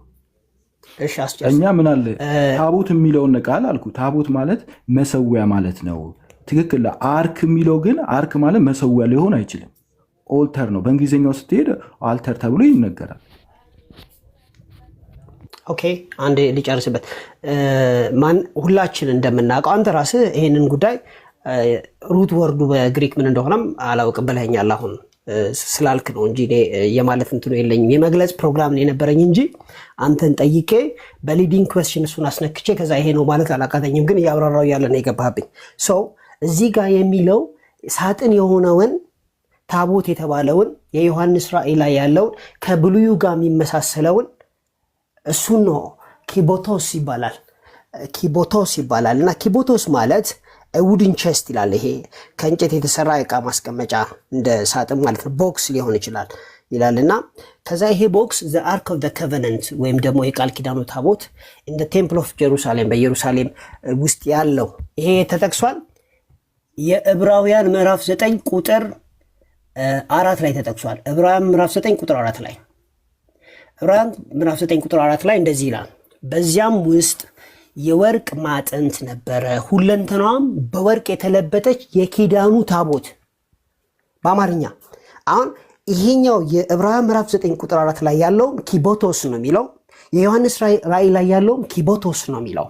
ስለዚህ መጽሐፍ ቅዱስ የሚያውቀው ታቦት የተባለበት ቦታ ላይ የተቀመጠው ቃል እናንተ መሰዊያ ከምትሉት ጋር የሚመሳሰል አይደለም። ራቨር አሁን ኢትዮጵያ ኦርቶዶክስ ተዋሕዶ ቤተክርስቲያን ውስጥ ታብሌት በውስጡ የያዘውን ዕቃ ነው የሚያመላክተውና መሰዊያን ታቦት ስትሉ አትሊስት ከግሪክ ቋንቋ አንጻር ይደግፋችኋል ብዬ አላምንም። ለምን ቃሉ ራሱ ቦክስ ስለሚል፣ የእናንተ ታቦት ደግሞ እንደሚታወቀው ቦክስ አይደለም፣ ታብሌት ነው። ጽላቱን ነው ታቦት የምትሉት። ምን ያህል እንደገባችሁ አላውቅም። አንተ አሁን እያደረክ ያለኸው ትክክል የምትሆነው እኛ ግሪክ ቋንቋ ተናጋሪ ብንሆን ነበረ። እኛ አማርኛ ቋንቋ ተናጋሪዎች ነን፣ ወይ ደግሞ የግዕዝ ቋንቋ ተጠቃሚዎች ነን እና ሁሉ ነገር ለምሳሌ ልክ አንድ ለአንድ ለምሳሌ ግዕዝ ኤግዛክት ሴም ወርድ በአማርኛ ቢኖረው ከዛው ደግሞ አሁን እኛ ታቦት የሚባለው ነገር ኤግዛክት ከግሪኩ ጋር ኤግዛክት የሆነ ወርድ ቢኖረንና ከዛው ደግሞ እኛ እያምታተን ብንጠቀም የዛኔ አዎ ትክክል አላችሁም ትላለ። የግዕዙ ታቦት የሚለው ቃል በአማርኛ ሁለት አይነት ትርጓሜ አለው ከተባልክ ደን ኢኩቫለንት አይደለም ማለት ነው። ሁለቱ ቃል አንተ እያነሳቸው ያለው ቃላቶች ሁለቱ ኢኩቫለንት ያልሆኑ ቃላቶች ነው እያነሳ ያለው። ከዛው ይሄኛውን ትርጉም አንተ የምትፈልገው የግሪኩ ቃል ትርጓሜ ይሄኛውን መጠቀም አለባችሁ ካልሆነ ስህተት ናችሁ ትላለህ። ለምን? እኛ እኮ ግዕዝ ወይ ደግሞ አማርኛ ተጠቃሚዎች ነን። ስለዚህ በቀጥታ የምንወስደው የኛ የምንፈልገውን ትርጓሜ እንጂ ግሪኩ ላይ አንተ የምትፈልገውን ትርጓሜ ወስደ አንተ የምትለውን ጋር አንከራከረም። ግሪኩ ወደዚህ ሊተረጎም ይችላል። ታቦት የሚባለው አንተ ያልከው ለምሳሌ ሳጥን ወይ ደግሞ ማስቀመጫ ማለት ይሆናል። አዎ ትክክል። እኛም እኮ ትክክል አይደለም አላለም፣ ትክክል። ነገር ግን ደግሞ መሰዊያም ይባላል በአማርኛ አለ። ስለዚህ ታቦት ብለህ ስትል መሰዊያም እያልክ ነው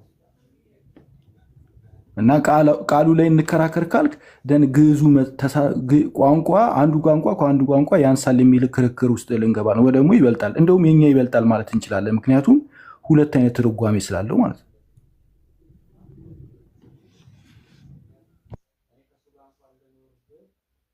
ኦኬ እሺ፣ ችግር የለውም። ለማለት የፈለኩት ነገር በጣም ግልጽ ነው። አንዳንዴ ለመጠንቀቅ ሞክራለሁ፣ ግን አንዳንዴ ደግሞ መጽሐፉ በቀጥታ ዩኒፎርምሊ ሳጥኑን ስለሆነ ታቦት የሚለው አሁን ታቦት የሚለውን ቋንቋ አንተውና መጽሐፉ የሚያውቀው ሳጥኑን ነው። በቃ የብሉይ ኪዳኑን ሳጥን ነው በአዲሱ ኪዳን ታቦት እያለ የሚጠራው። አለቀ። ለምሳሌ ፕሮሶፓ የሚለው የግሪክ ቃል በቀጥተኛ አካል ብለን ነው የምንተረጉመው። ግን መጽሐፍ ቅዱስ ላይ ስንተረጉመው ግን ፊት እየተባለ ይተረጎማል ወይ ደግሞ ሌላ ነገር ተብሎ ይተረጎማል። ስለዚህ ስህተት ነን፣ ምክንያቱም ግሪኩን አልተከተልም። በአማርኛ ፌስ ነው የምንለው፣ በእንግሊዝኛ ፌስ፣ በእንግሊዝኛው ግን በግሪኩ ግን ፕሮሶፓ የሚለው ምንም አይገናኝም መጽሐፍ ቅዱስ ላይ ካለው ሀሳብ ማለት ነው። እኛ አካል እያለን ነው የምንለው፣ አካል ወይም ደግሞ ፐርሰን እያለን እንተረጉማለን። ስለዚህ አሁን በአንተ አረዳድ እንሂድ ከተባለ ደን ስህተት እየሰራን ነው ምክንያቱም መጽሐፍ ቅዱስ ላይ በቀጥታ ፕሮሶፓ ተቀምጦ እኛ ደግሞ ሌላ ነገር እያለን እየተረጎምን ስለሆነ ማለት ነው። አንድም ቦታ ላይ አካል ተብሎ የተተረጎመ ቦታ ታመጣ ፊት ምናምን ሊሆን ይችላል። አካል ተብሎ የተተረጎመ ልታመጣ አችልም። ስለዚህ አካል የሚለው ነገር ስለሌለ ግሪኩ ጋር እየተቃረንን ስለሆነ ደን ስህተት እየሰራን ነው የሚል ማለት ከንሲስተንት እኮ ሁሉ ከንሲስተንት መሆን አለብህ። ግን አንተ ስትፈልግ ከንሲስተንት ለፈለግከው ዓላማ ብቻ መሆን የለበትም። ስለዚህ አንዳንዴ ቴዎሎጂካል የሆኑ ቃላቶች ሀሳብን ለማስተላለፍ ስለሆነ አይ ቃሉ እኮ እንደዚህም ቢልም ዋናው ነገር ምንድነው ሀሳቡን ነው የምትይዘው እንጂ እንደዚህ ተብሏል ስለዚህ እንደዚህ ግዴታ መሆን አለበት ካልክ ያው ፕሮሶፓ መጣውለ ፕሮሶፓን እስኪ ከኔክት አድርጉ በአማርኛም ወይም በእንግሊዝኛ።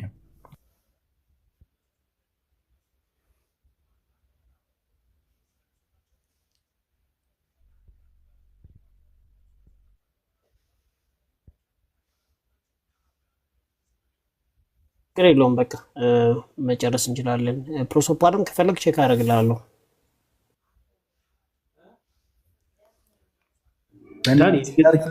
አንድም ቦታ አካል ተብሎ አልተተረጎመም። አንድም ቦታ ካመጣ ደስ ይለኛል።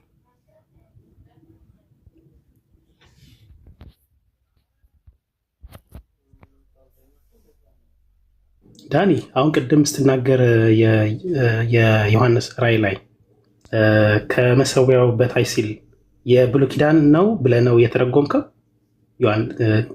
ቅዱስ ዮሐንስ ዘጋ የሚል ሳጥኑን ነው የሚለው። የዮሐንስ ራእይ ላይ ያለው ኪቶቦስ የተባለውን የጻፈው እንጂ እንትን አይደለም። ሳጥኑ ሳይሆን እዛ ጋር መሰዊያ ሲል ማለት የተረደው በግ አለ፣ ቅዱሳን አሉ፣ የቅዱሳን ጸሎት፣ ያ መልአክ ወደ ዙፋኑ የሚል አለ። ይሄ በብሉይ ኪዳን ነበር እንዴ? የትኛውን ነው የምትለኝ? እኔ ማወራው ኪቶቦስ የትኛው? ዮሐንስ ራእይ ስንት ነው? የዮሐንስ ራእይ ቅድም 9:4 ነው። 9:4 ላይ ቆይ 9:4 ነው 11:9 እስቲ አንብበው። ይሄ የብሉይ ኪዳን ነው ስትል ገርሞኝ ነው። ችግር ነው 11:9 ላንብብልሽ። 19 ነው 19 ነው። እስቲ ኦኬ 11:19 ሶሪ 11:19 እንደዚህ ይላል። በሰማይም ያለው የእግዚአብሔር መቅደስ ተከፈተ፣ የኪዳኑም ታቦት ኪቶቦስ ማለት ነው በመቅደሱ ታየ። ሳጥኑ ማለት ነው። መብረቅና ድምፅ ነጎድጓድም የምድርን መናወጥ ታላቅም በረዶ ሆነ ይላል። እዚህ ላይ ያው ሳጥኑ ታየ እያለ ነው። ምንድነው ጥያቄ? አልገባኝም። ኦኬ ስለዚህ አሁን አንተ ይሄን የብሉይ ኪዳን ብለህ ነው የፈታ? ሳጥን ይለዋል። ታዲያ ሳጥን ሲል የብሉይ ኪዳኑ አይነት ግን ሰማያዊቷ ኢየሩሳሌም ውስጥ ያለው ማለት ነው። የብሉይ ኪዳን እንዴት ማለት በየትኛው አፈታት ነው? ወይ ከአባቶች እንትን ብለህ እንዴት ፈታው ብዬ ነው። ወደ ታች እስቲ አንብበከዋል? ሙግትን አቅርብ፣ ሙግትን ራስን ችለ ሙግትን አቅርብ እንዳልሆነ ሙግት አይደለም እያልኩኝ ያለሁት የብሉይ ኪዳን ነው ይላል ወይስ እዚህ ጋር የብሉይ ኪዳን ስርዓት አለ? የብሉይ ኪዳን ታቦት ካልክ ወይ የብሉይ ኪዳን የታቦቱ ስርዓት ሊኖር ይገባል። አገልግሎቱ ለምሳሌ የእንስሳት መስዋዕት አይደለ? እንደዚህ ነገር ሊኖር ይገባል። የብሉይ ኪዳን ካህን እዛ ጋር ሊቀ ካህናቱ ሊኖር ይገባል። የተብራራ ግን ያ የሚያብራራው ስለ አዲስ ኪዳን ነው። የብሉይ ኪዳን ካልክ ግን የብሉይ ኪዳን አገልግሎት ስራ ነው ያለው እኮ ብራዘር። እኔ ሌላ እኮ አይደለም ዳን እያልኩ ያለሁት አሁን ይሄንን የብሉይ ኪዳን ታቦት ብለህ ዘጋው አንተ ሳጥን ስለሚል። እንደዛ ደግሞ ለማለት የግዴታ የብሉይ ኪዳን አገልግሎቱ መኖር ነበረበት። የእንስሳቱ መስዋዕት፣ ሊቀ ካህናቱ ምናምን እንደዛ ባላለበት ምንም ፍቅር የለበት። ክርስቶስ ያገለግላል በዛኛው በሰማያዊቷ ኢየሩሳሌም ላይ ያገለግልም ያለማን ነው እያልኩኝ ያለው። አንተ እኮ የብሉይ ኪዳን ታቦት ነው እኮ ያልኩህ። ይሄን እኮ የብሉይ ኪዳኑ አይነት ታቦት ነው እንጂ እንደናንተ አይነት ጠፍጣፋው እንትን አይደለም ነው ያልኩት እኮ። ጠፍጣፋ የሆነው ጽላቱ አይደለም ነው ያልኩ ያለው። ጥሩ አንተ ኦኬ ጥሩ። ስለዚህ እያልክ ያለው የብሉይ ኪዳን ታቦት በሰማይ ያለ ማለት ነው። ያ say the ark of the covenant ይላል ብራዘር።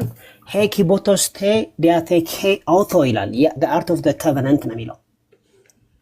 ጥሩ ስለዚህ እያልኩኝ ያለሁት ይህ የብሉይ ኪዳን መሆኑን እንዴት አወቅ ነው? የብሉይ ኪዳን ስርዓት የብሉይ ኪዳኑ አይነት ነው። ቃሉ ራሱ ተመሳሳይ ነው። ኪቶቦስ ነው የሚለው። ኦኬ እሱማ እኮ ለምሳሌ መሰዊያ የሚል ምን ፈልገህ ነው መሰዊያ አለን ያለው? ምን ፈልገህ ነው እየጠየከኝ ያለው? አይደለም በብሉይ ኪዳንም ብትሄድ አንደኛ ሚልኪያስ ላይ ምዕራፍ 1 ላይ ቴብል ኦፍ ዘ ሎርድ ይላል። ዕብራውያንም ስትሄድ ቴብል ኦፍ ዘ ሎርድ ይላል። ስለዚህ አንድ ነው። ኖ እኔ መጠየቅ ሳይሆን እኔ የብሉይ ኪዳኑ አይነት ነው ብያለሁ። አንተ ደግሞ አይደለም ብለህ ሙግትህን አቅርብ። ለምን አይደለም? ተዛ ጋማስ በደንብ አይደለም የብሉይ ኪዳን ነው ስትል አንተ እኮ አንተ እኮ ነው ያመጣው። ይሄ የብሉይ ኪዳን ነው። አርክ ኦፍ ዘ ኮቨነንት አንዴ ሚተር ሰዎች እዚህ ጋር ፊት ለፊቴ ዘ አርክ ኦፍ ዘ ኮቨነንት ይላል። ዘ አርክ ኦፍ ዘ ኮቨነንት ማለት የቃል ኪዳኑ ታቦት ነው የሚለው። የቃል ኪዳኑ ታቦት በዮሐንስ ራእይ ምዕራፍ 11 ቁጥር 19 ላይ ታየ ይላል። ይሄ ደግሞ ስለዚህ በአዲስ ኪዳን የብሉይ ኪዳን ታቦት አለ ነው። ልጨርስ። በሰማያዊቷ ኢየሩሳሌም the ark of the covenant ታየ ይላል ቃል በቃል። ስለዚህ ይሄ ጠፍጣፋው ሳይሆን ሳጥኑ ነው የታየው። ኦርቶዶክሶች ደግሞ የሚይዙት ጠፍጣፋውን ይሄ ጽላት የተባለውን ነው። ስለዚህ ይለያያል እያልኩኝ ከእናንተ ታቦት ጋር ያፋታሁት ነው። ጀስት ሲምፕል ለማድረግ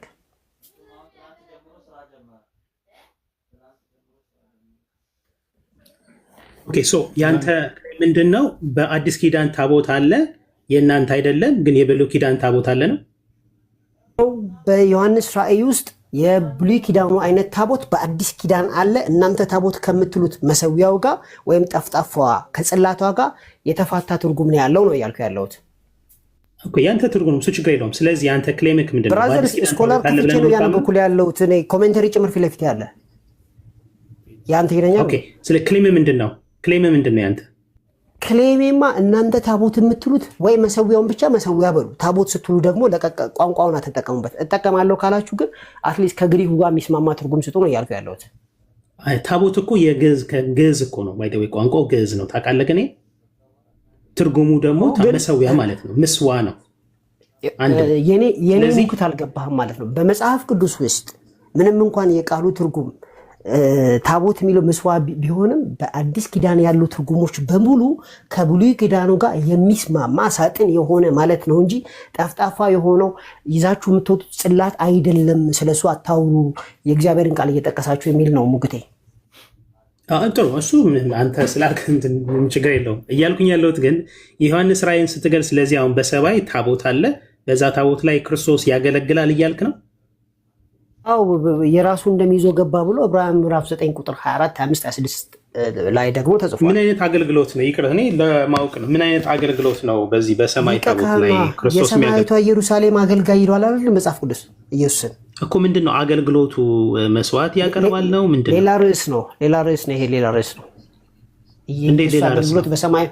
የኢየሱስ አገልግሎት በሰማይ ምንድን ነው በሚል ሌላ ጊዜ እናወራዋለን። ከፈለክ እኔ ማውራት እችላለሁ፣ ግን ምንም ችግር የለውም።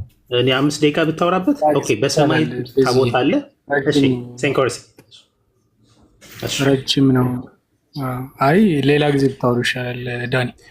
ጥሩ፣ እኔ ጥሩ ነጥብ ይዣለሁ።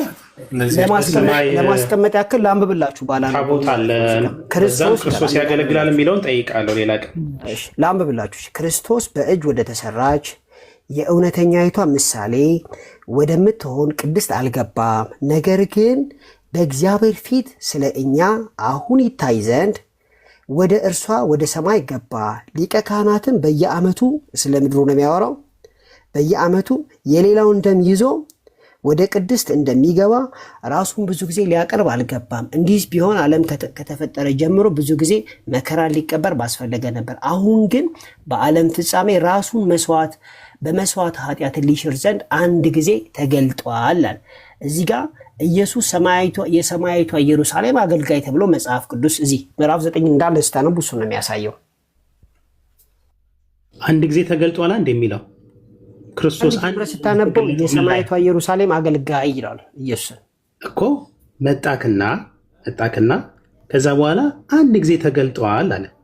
ከዛም ወደ ታች ደግሞ ስትሄድ ሊያድነን ዳግም አንዴ ነው ዳግም የሚመጣው። ስለዚህ አንድ ጊዜ ክርስቶስ የተገለጠው አንዴ ነው። ክርስቶስ አንዴ የተገለጠው ሰማይ ላይ ነው። የሰማያዊቷ ኢየሩሳሌም አገልጋይ ነው ኢየሱስ ይላል መጽሐፉ። ስለዚህ አንተም የሰማያዊቷ ኢየሩሳሌም አገልጋይ መሆኑን ማመን አለብህ። ኦኬ የሰማያዊቷ ኢየሩሳሌም አገልጋይ አለ። አንድ ጊዜ ተገልጧል ሲል ክርስቶስ የተገለጠው አንዴ ምን ላይ ነው? በሰማይ ነዋ ተገለጠ፣ የእግዚአብሔር ዙፋን ባለበት ውስጥ የራሱን እንትን ይዞ ገባ ይላል። የዘላለም ቤዛነትን አግኝቶ አንድ ጊዜ አንድ የዘላለም ቤዛነትን አግኝቶ አንድ ጊዜ ፈጽሞ ወደ ቅድስት አሁን እያወራን ወዳለበት ወደ እርሷ ማለት ነው በገዛ ደሙ ገባ እንጂ በፍየሎችና በጥጆች ደም አይደለም። ስለዚህ አንድ ጊዜ ወደ ቅድስት ገብቷል። እዛ ጌታ አገልጋይ ጨርሼው በፍየሎች ደም አይደለም የሚለውን ጨርሰዋል። ወደ ታች አይደለም አለቀ። 4 ነጥብ ነው። 4 ነጥብ ነው። ምን ይላል? አንብበው። ኦኬ እሺ። የኮርማዎችና የፍየሎች ደም በረከሱት ላይ የተረጨ የጊደር አመድ ስጋን ለማንጻት የሚቀድሱ ከሆነ ነውር የሌለው ሆኖ በዘላለም መንፈስ ራሱን ለእግዚአብሔር ያቀረበ የክርስቶስ ደም እንዴት ይልቅ ያው እግዚአብሔርን ልታመልኩ ከሞተ ስራ ሕሊናችሁ ያነጻ ይሆን። ስለዚህ የፊተኛው ኪዳን ሲጸና ሕግን የተላለፉት የሚቤዥ ሞት ስለሆነ የተጠሩት የዘላለምን ርስት የተስፋ ቃል እንዲቀበሉ እርሱ የአዲስ ኪዳን መካከለኛ ነው። ኑዛዜ ያለ እንደሆነ የተናዛዡን ሞት ማርዳት ግድ ነውና ሰው ሲሞት ኑዛዜው ይጸናልና የተናዛዡ በሕይወት ሲኖር ግን ከቶ አይኖርም። ስለዚህ ፊተኛው ኪዳን እንኳን ያለ ደም አልተመረቀም። ሙሴም ትእዛዛትን ሁሉ እንደ ሕጉ ለሕዝቡ ሁሉ ከተናገረ በኋላ የጥጆችና የፍየሎችን ደም ከውሃ እና ከቀይ የበግ ጠጉር ከሂሶጵ ጋር ይዞ እግዚአብሔር ያዘዘላቸውን የኪዳን ደም ይህ ነው ብሎ በመጽሐፍና በሕዝቡ ሁሉ ላይ ረጨው። እንዲሁም በድንኳኒቱና በማገልጊያው ዕቃ ሁሉም ደም ረጨ። እንደ ሕጉም ከጥቂቶች በቀር ነገር ሁሉ በደም ይነጻል፣ ደምም ሳይፈስ ስርየት የለም። እንግዲህ በሰማያት ያሉትን የሚመስለው ነገር በዚህ ሊነጻ እንጂ በሰማያት ያሉት ራሳቸው ከእርሱ ይልቅ በሚበልጥ መስዋዕት ሊነጹ የግድ ነበረና ክርስቶስ በእጅ ወደ ተሰራች እውነተኛይቷ ምሳሌ ወደምትሆን ወደ ቅድስት አልገባም። ነገር ግን በእግዚአብሔር ፊት በሰማይ ማለት ነው ስለኛ አሁን ይታይ ዘንድ ወደ እርሷ ወደ ሰማይ ገባ። ስለዚህ ሰማይ ላይ ጌታ አገልግሎት አለው ይላል መጽሐፉ። ቀጥል። ጨርሰው። አሪፍ ነው። ጨርሰው። አሁን ገባ። ስለዚህ ወደ ሰማይ ገባ። ሰማይ ጋር አገልግሎት አለ ማለት ነው። ሊቀ ካህናትም በየዓመቱ የሌላውን ደም ይዞ ወደ ቅድስት እንደሚገባ ራሱን ብዙ ጊዜ ሊያቀርብ አልገባምና እንዲስ ቢሆን ዓለም ከተፈጠረ ጀምሮ ብዙ ጊዜ መከራ ሊቀበል ባስፈለገው ነበር። አሁን ግን በዓለም ፍጻሜ ራሱን በመስዋዕት ኃጢአትን ሊሽር አንድ ጊዜ ተገልጧል። ለሰዎች አንድ ጊዜ መሞት ከእርሱም በኋላ ፍርድ እንደተመደበባቸው እንዲሁ ክርስቶስ ደግሞ የብዙዎችን ኃጢአት ሊሸከም አንድ ጊዜ ከተሰዋ በኋላ ያድናቸው ዘንድ ለሚጠባበቁት ሁለተኛ ጊዜ ያለ ኃጢአት ይታይላቸዋል ይላል። ጥሩ ቃሎት ያሰማልን። ስለዚህ ክርስቶስ አሁን ግን ይላል አይደለ? አሁን ይሄ የሚያወራው በሰማይ ነው። ክርስቶስ ለኛ የተገለጠው በኢየሩሳሌም ሰማይ ነው። ሊያድነን መጽሐፍ የምትቀበል ከሆነ በሰማይ ገባ እያለ ነው። መጽሐፉማ ሲላል ሰማይ ሲል ክርስቶስ አሁን ተገለጠ ይላል። ከዛም የእንስሶችን ደም በሰማይ ገባ ይላል። በሰማይ ገባ ይላል። ቀጥሎ ምን ይላል? በሰማይ ገባ ካለ በኋላ ትቀልላለህ እንዴ? እውነቴን ነው። እኔ እኮ መጽሐፉን እንትን ውጭ ስለሆንኩ ነው። በሰማይ ገባ ካለ በኋላ አጥናውና አንብቡልኝ አይደለም መልሰህ መታ አቅርብልኝ አይደለም እያልኩኝ ያለሁት እዛ ጋር የእንስሶችንና የኮርማዎችን ደም ይዞ አልገባም ማለት። ስለዚህ እዚህ ጋር ክርስቶስ ገባ ሲል ወይ መስዋዕት ሊያቀርብ ነው አይደለ? መስዋዕት ሊያቀርብ ነው። እሱ ሊቀ ካህናት ሆኖ ግን መስዋዕት ሲያቀርብ ግን እንደ ብሉይ ኪዳን አይደለም። በነገራችን ላይ ሰማይ የሚለው መስቀልን ነው። ምክንያቱም አሁን ግን ክርስቶስ ሰማይ መስቀል ሆነ በጊዜ ፍጻሜ። አዎ ሰማይ ሲል መስቀሉን ነው። ኦኬ ችግር የለውም። ሰማይ መስቀል ነው እያለ ነው ወንድማችን። አዎ እዚህ ጋር ሰማይ ሲል መስቀሉን ነው። ወደ ሰማይ ገባ ሲል ግን ወደ ሰማይ ሲገባ የእንስሶችን የኮርማዎችን ደም ይዞ አይደለም። ባይ ዘ ዌይ በእጅ ወዳልተሰራች ሁሉ የሚተረጎም ነው። አሁን ሰዓት ስለሌለ ነው እንጂ በእጅ ወዳልተሰራች ሲል መስቀል አይሁድ ክርስቶስ በመስቀል ላይ ተሰቅሎ ስጋውን ቆርሶ ደሙን አፍሶ ቤዛ ሆኖ ያደነናል ብሎ አይደለም። የአይሁድ ሐሳብ ዳኒ ጠይቀው እንጂ ከየት ማስረጃ ወደ ገባ ወደ መስቀል ከየት ነው ያመጣው? እንደዛ የተረጎመ አልመለስም ማለት እኮ ተሰምተሽ ግን ሀና ይሄ ክፍል ገብቶሻል? ወደ ሰማይ ገባ ወደ ቅድስት ገባ ማለት ወደ መስቀል ነው ያልክ ነው። በየትኛው ትርጓሜ ነው? ማን እንደዚህ የተረጎመው ካለ ለማወቅ ፈልጌ ነው። ብትችል ከአባቶች ብታሳይ ባንምታችን ላይም አለ። አይ አንምታችን ሳይሆን ከቸርች ፋዘር ውስጥ ካሳየ ወደ መስቀል ነው የገባው። ግን ሀና ችግር የለውም። ጥያቄ ከዳኒ ጋር እየተወያያችሁ ነው። መሀል ላይ ጥያቄ ሲኖርብኝ ማይከፍቼ ጠየቅኩኝ። በቃ ምክንያት ከዚህ በፊትም እንደዛ ስትሉ ስለማቅ ወደ መስቀል ገባ ብሎ የተተረጎመ ማን ነው? እንደዛ ብሎ የተረጎመው የዳኒን ትርጓሜ ተቀብለሽ ነው? ግን የዳኒን ትርጓሜ ተቀብለሽ ነው? ግን ለምንድን ነው ግን እናንተ ፖለቲካ የምትሰሩት? ግን ምንድን ነው አልገባኝም። ፌዝ እኔና ዳኒ እየተወያየን ጥያቄ ዳኒ ላይ ጥያቄ ሲኖረኝ እኔማ ሲያቀርብኩ ነው። ስለዚህ ጥያቄ ለጊዜው አንተ ጋር ነው ያለኝ። ዳኒ ደግሞ ጥያቄ ከፈጠረብኝ ማይከፍቼ እኔ ከፈርቻ ለቀላይዘው ያ ስለዚህ ወደ መስቀል ገባ ማለት ነው የተረጎመው የትኛው አባት ነው? አንድምታ አልፈልግም ከአባቶች አንድምታ አልፈልግም ማለት እኔ እኮ እዚህ ጋር የቤተክርስቲያን አስተምሮ እኮ ነው። እኔ ከአባቶች የምፈልገው ምክንያቱም እኔ የእናንተ ነው አንድምታው የምፈልገው ከቸርች ፋዘሮች ወደ ቅድስት ገባ። ቸርች ፋዘር አሳይሻለሁ። በቃ ወደ ቸርች ፋዘር መጀመሪያ አዳምጪኝ ሀና። ይኸውልሽ ሀና በመጀመሪያ ሐሳቡ ላይ እንስማማ። ሐሳቡ ምንድነው? አንድምታችሁ ወደ ደፍተራ ምናምን ገባ ምናምን እንደሚል አውቃለሁ። ድንኳኑ ይሄ ምናምን ይሄ አሁን ያልከውን ማለት ወደ መስቀል ማለት ነው ብሎ እንደተረጎመ ሲነበብ አይቻለሁ። እኔ የፈለኩት ከቸርች ፋዘሮች እንደዚህ ብሎ የተረጎሙ ወደ መስቀል ገባ ማለት ነው ብሎ ከተተረጎመ አብረን እንወቅ። እኔም አሳውቁኝ ካላወቅኩኝ እና አሳየኝ። የዳኒን ተቀብለሽ ነው ወይ ነው ጥያቄ? ለጊዜው ጥያቄ አንተ ላይ ነው ያለኝ። ዳኒ እስካሁን ሲያወራ ዝም አልሽና ልክ ነው ያውን ሳብራራ እኔ ላይ ማይክ አነሳሽ እኮ። ለጊዜው አንተ ጋር ነው ጥያቄ ያለኝ። ፌዝ ያንተ ነው። ይሄ ፌር አይደለም። ምን ማለት ነበረብሽ? ለእውቀት ቢሆን ኖሮ ዳኒ ክርስቶስ አሁን በሰማይ መቅደስ አለ፣ በዛ ክርስቶስ ያገለግላል እያለ ነው። ይሄን ተረድተሽዋል ነው ጥያቄ። ዳኒ ይሄን ሁሉ ሲያበራ ዝም አልሽና ልክ ነው ያው ማይክ አንስቼ አይደለም ሀና ፌዝ ነው።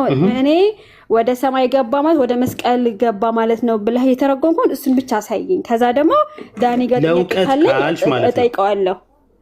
መጀመሪያ ዳኒ እኮ ነው ያብራራው። ከሌለ አልተዘጋጀሁም። ቆይ ተዘጋጅቼ ልክልሻለሁ በውስጥ ችግር የለውም እኮ የግድ እኮ አሁን ወለደው ያልፋል። እኔ ለጊዜው አይደለም ለጊዜው የማቀርብልሽ የቤተክርስቲያን አንድምታ ነው የማቀርብልሽ። አንድምታ አልፈልግም። ግን የዳኒን ተረድተሽዋል? ለጊዜው አሁን ከአባቶች አይከናት ፕሮቫይድ ስለማይመቸኝ የዳኒን ተቀብለሽዋል? ከአባቶች አሳየን። እሺ ብራዘር ቆይ መጀመሪያ ሐሳቡ ላይ ስንስማማ ነው። መጀመሪያ አንተ ማስረጃ ይዘህ ስትመጣ እናወራለን። አንተ ላወራው ማስረጃ ክርስቶስ ዛሬም በሰማይ ታቦታል። ዮሐንስ አፈወርቅ እንደሚል ታውቃለህ? በሰማይ ገባ የሚለውን ምን ብሎ እንደጻፈው ታውቃለህ? አንዴ ዮሐንስ አፈወርቅ ምን መሰለህ ያለው? ወደ ሄቨን ገባ ነው የሚለው። ወደ ሄቨን ነው የሚለው። እሺ ግን ዮሐንስ አፈወርቅ ፌዝ በቃ እኔ የዮሐንስ አፈወርቅና ስለሆነ መቀበለው አንብብልኝ ዳኒ የአባቶች ምን ብለው እንደፈቱ ያው እዚህ ጋር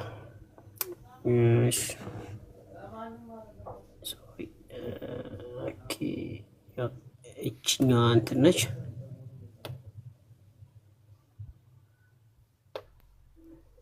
ኦኬ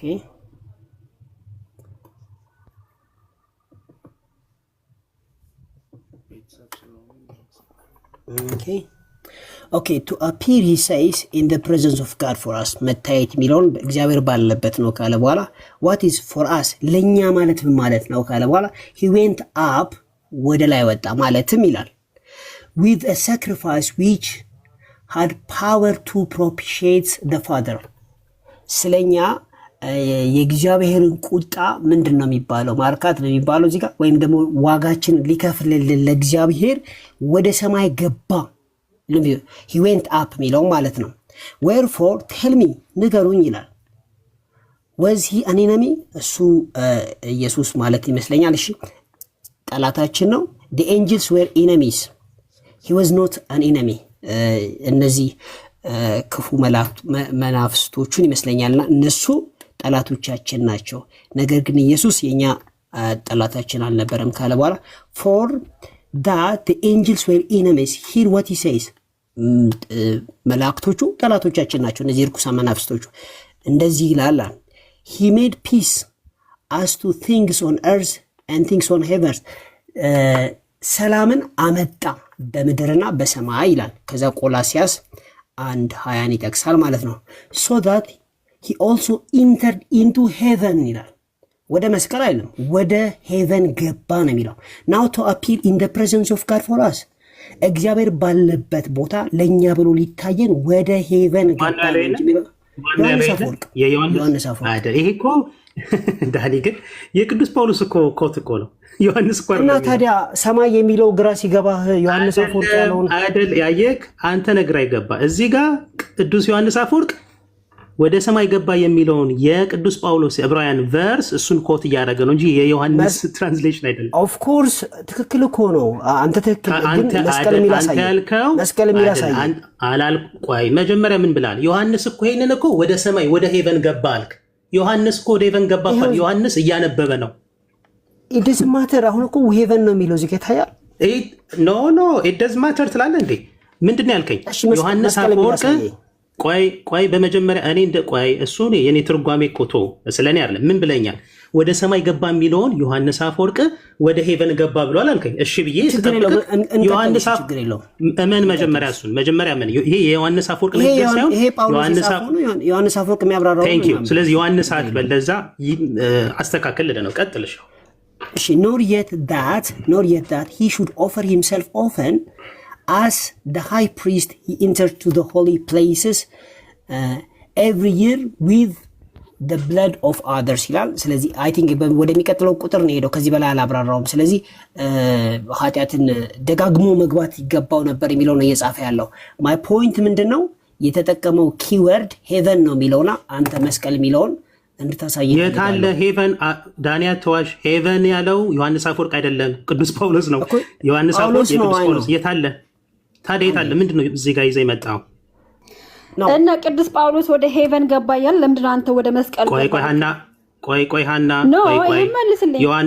አይደለም የጳውሎስን ትርጓሜ ወስዶ ወደ ሄቨን በጣም ይቅርታ። አሁን በጣም ፌር ነው። እናንተ ጋር ደግሞ ወደ መስቀል ለምንድነው የምትሉት?